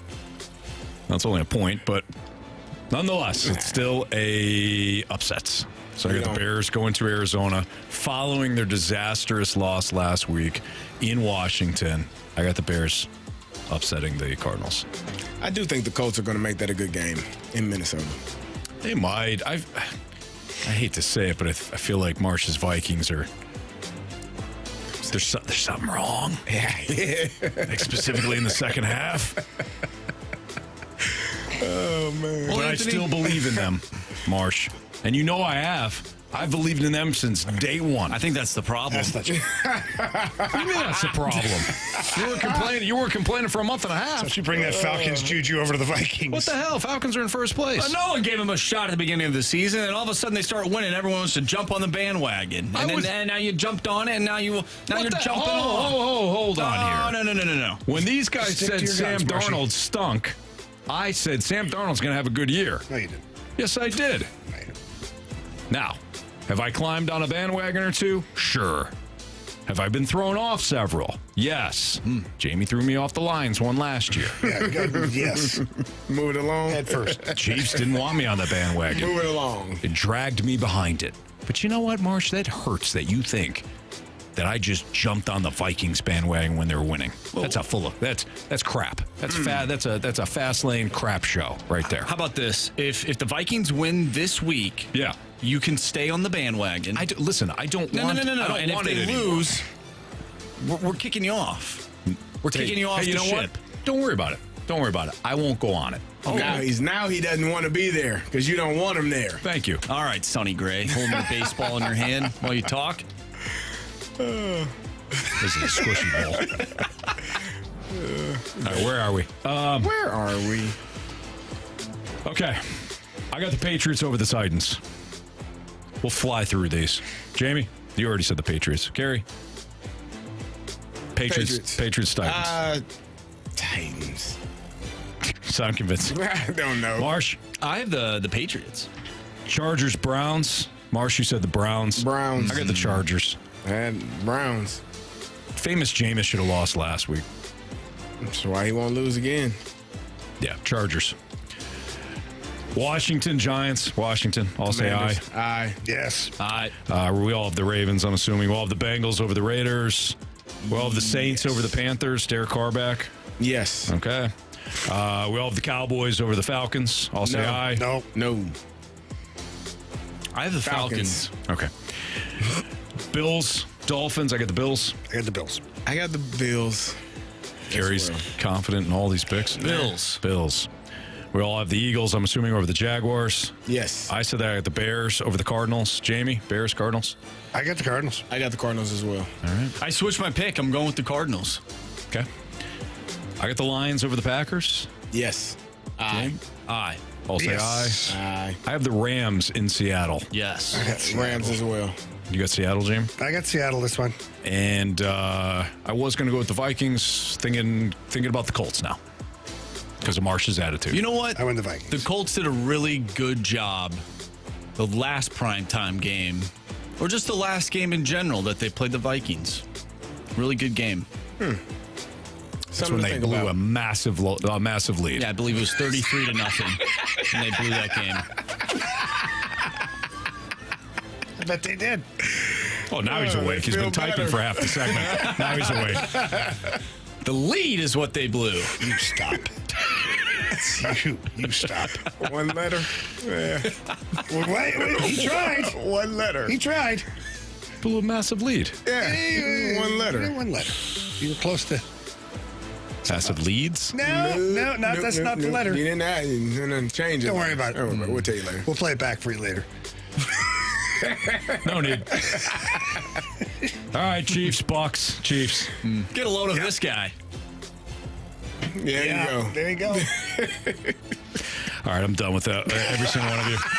Let's wrap up this crap show next on 101 ESPN.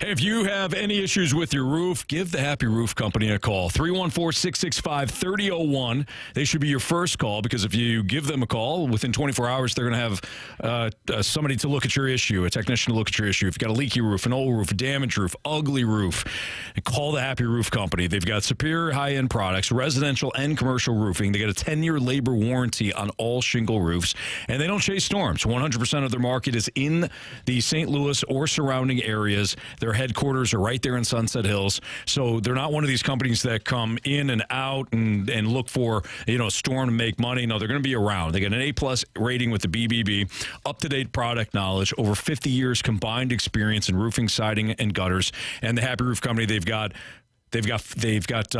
financing available. So if you're looking for a brand new roof and you want to make sure that you've got some financing options, the Happy Roof Company, they've got those for you. Again, give them a call, 314-665-3001, thehappyroof.com. It's the Happy Roof Company.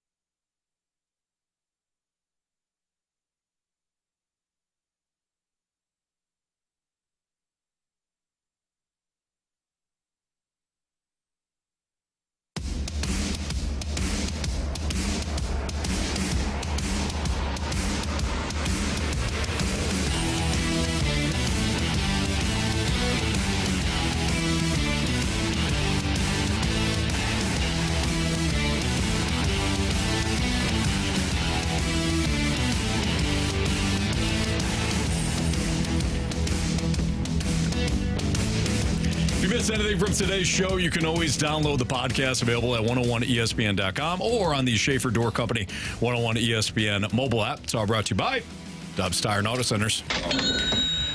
New month. We're all tied.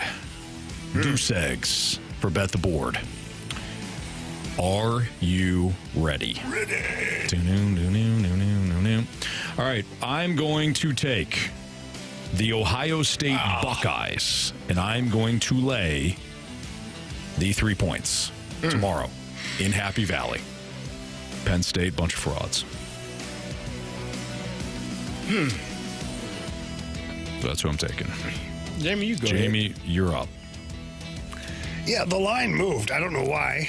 It's a frustrating thing. I get moved in the last 10 minutes. I was going to take the Winnipeg Jets. They were at minus 150. Now they're at minus 160. Okay. I'm going to go to Buffalo Islanders game. Sabres at home. Tage Thompson looks like he's back on fire again. Islanders been struggling a little bit. Buffalo Sabres on the money line, minus 115. Ooh, that's a lot. Derrick Henry is... Oh, I didn't know about that one. You know what? Give me Lamar Jackson, rushing yards, over 46.5 at minus 110. All right. All right, let's see here. Give me Cam Ward over 308 passing yards this weekend against Duke. It's a good one. And No. Give me Cam Ward, 3+ passing touchdowns. Give me the Miami Hurricanes, minus 18 on the alternate spread. And give me the over 55 points in the Miami Duke game this weekend. You trying to get out to an early lead, huh? Wow. That's your play? We'll see if it works. Did you send it in the group so we have it? Not yet. I will. Right. Okay. I will. Marsh, interesting strategy. I like you, like your creativity there.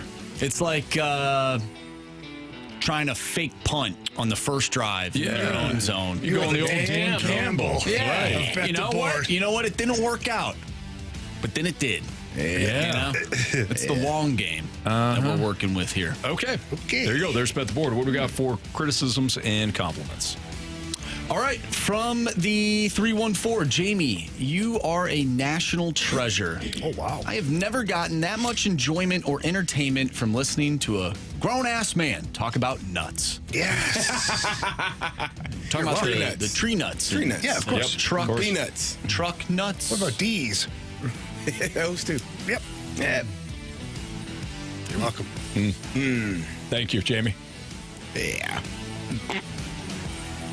The 636 wants to know, Anthony, who was the quarterback for the greatest comeback ever?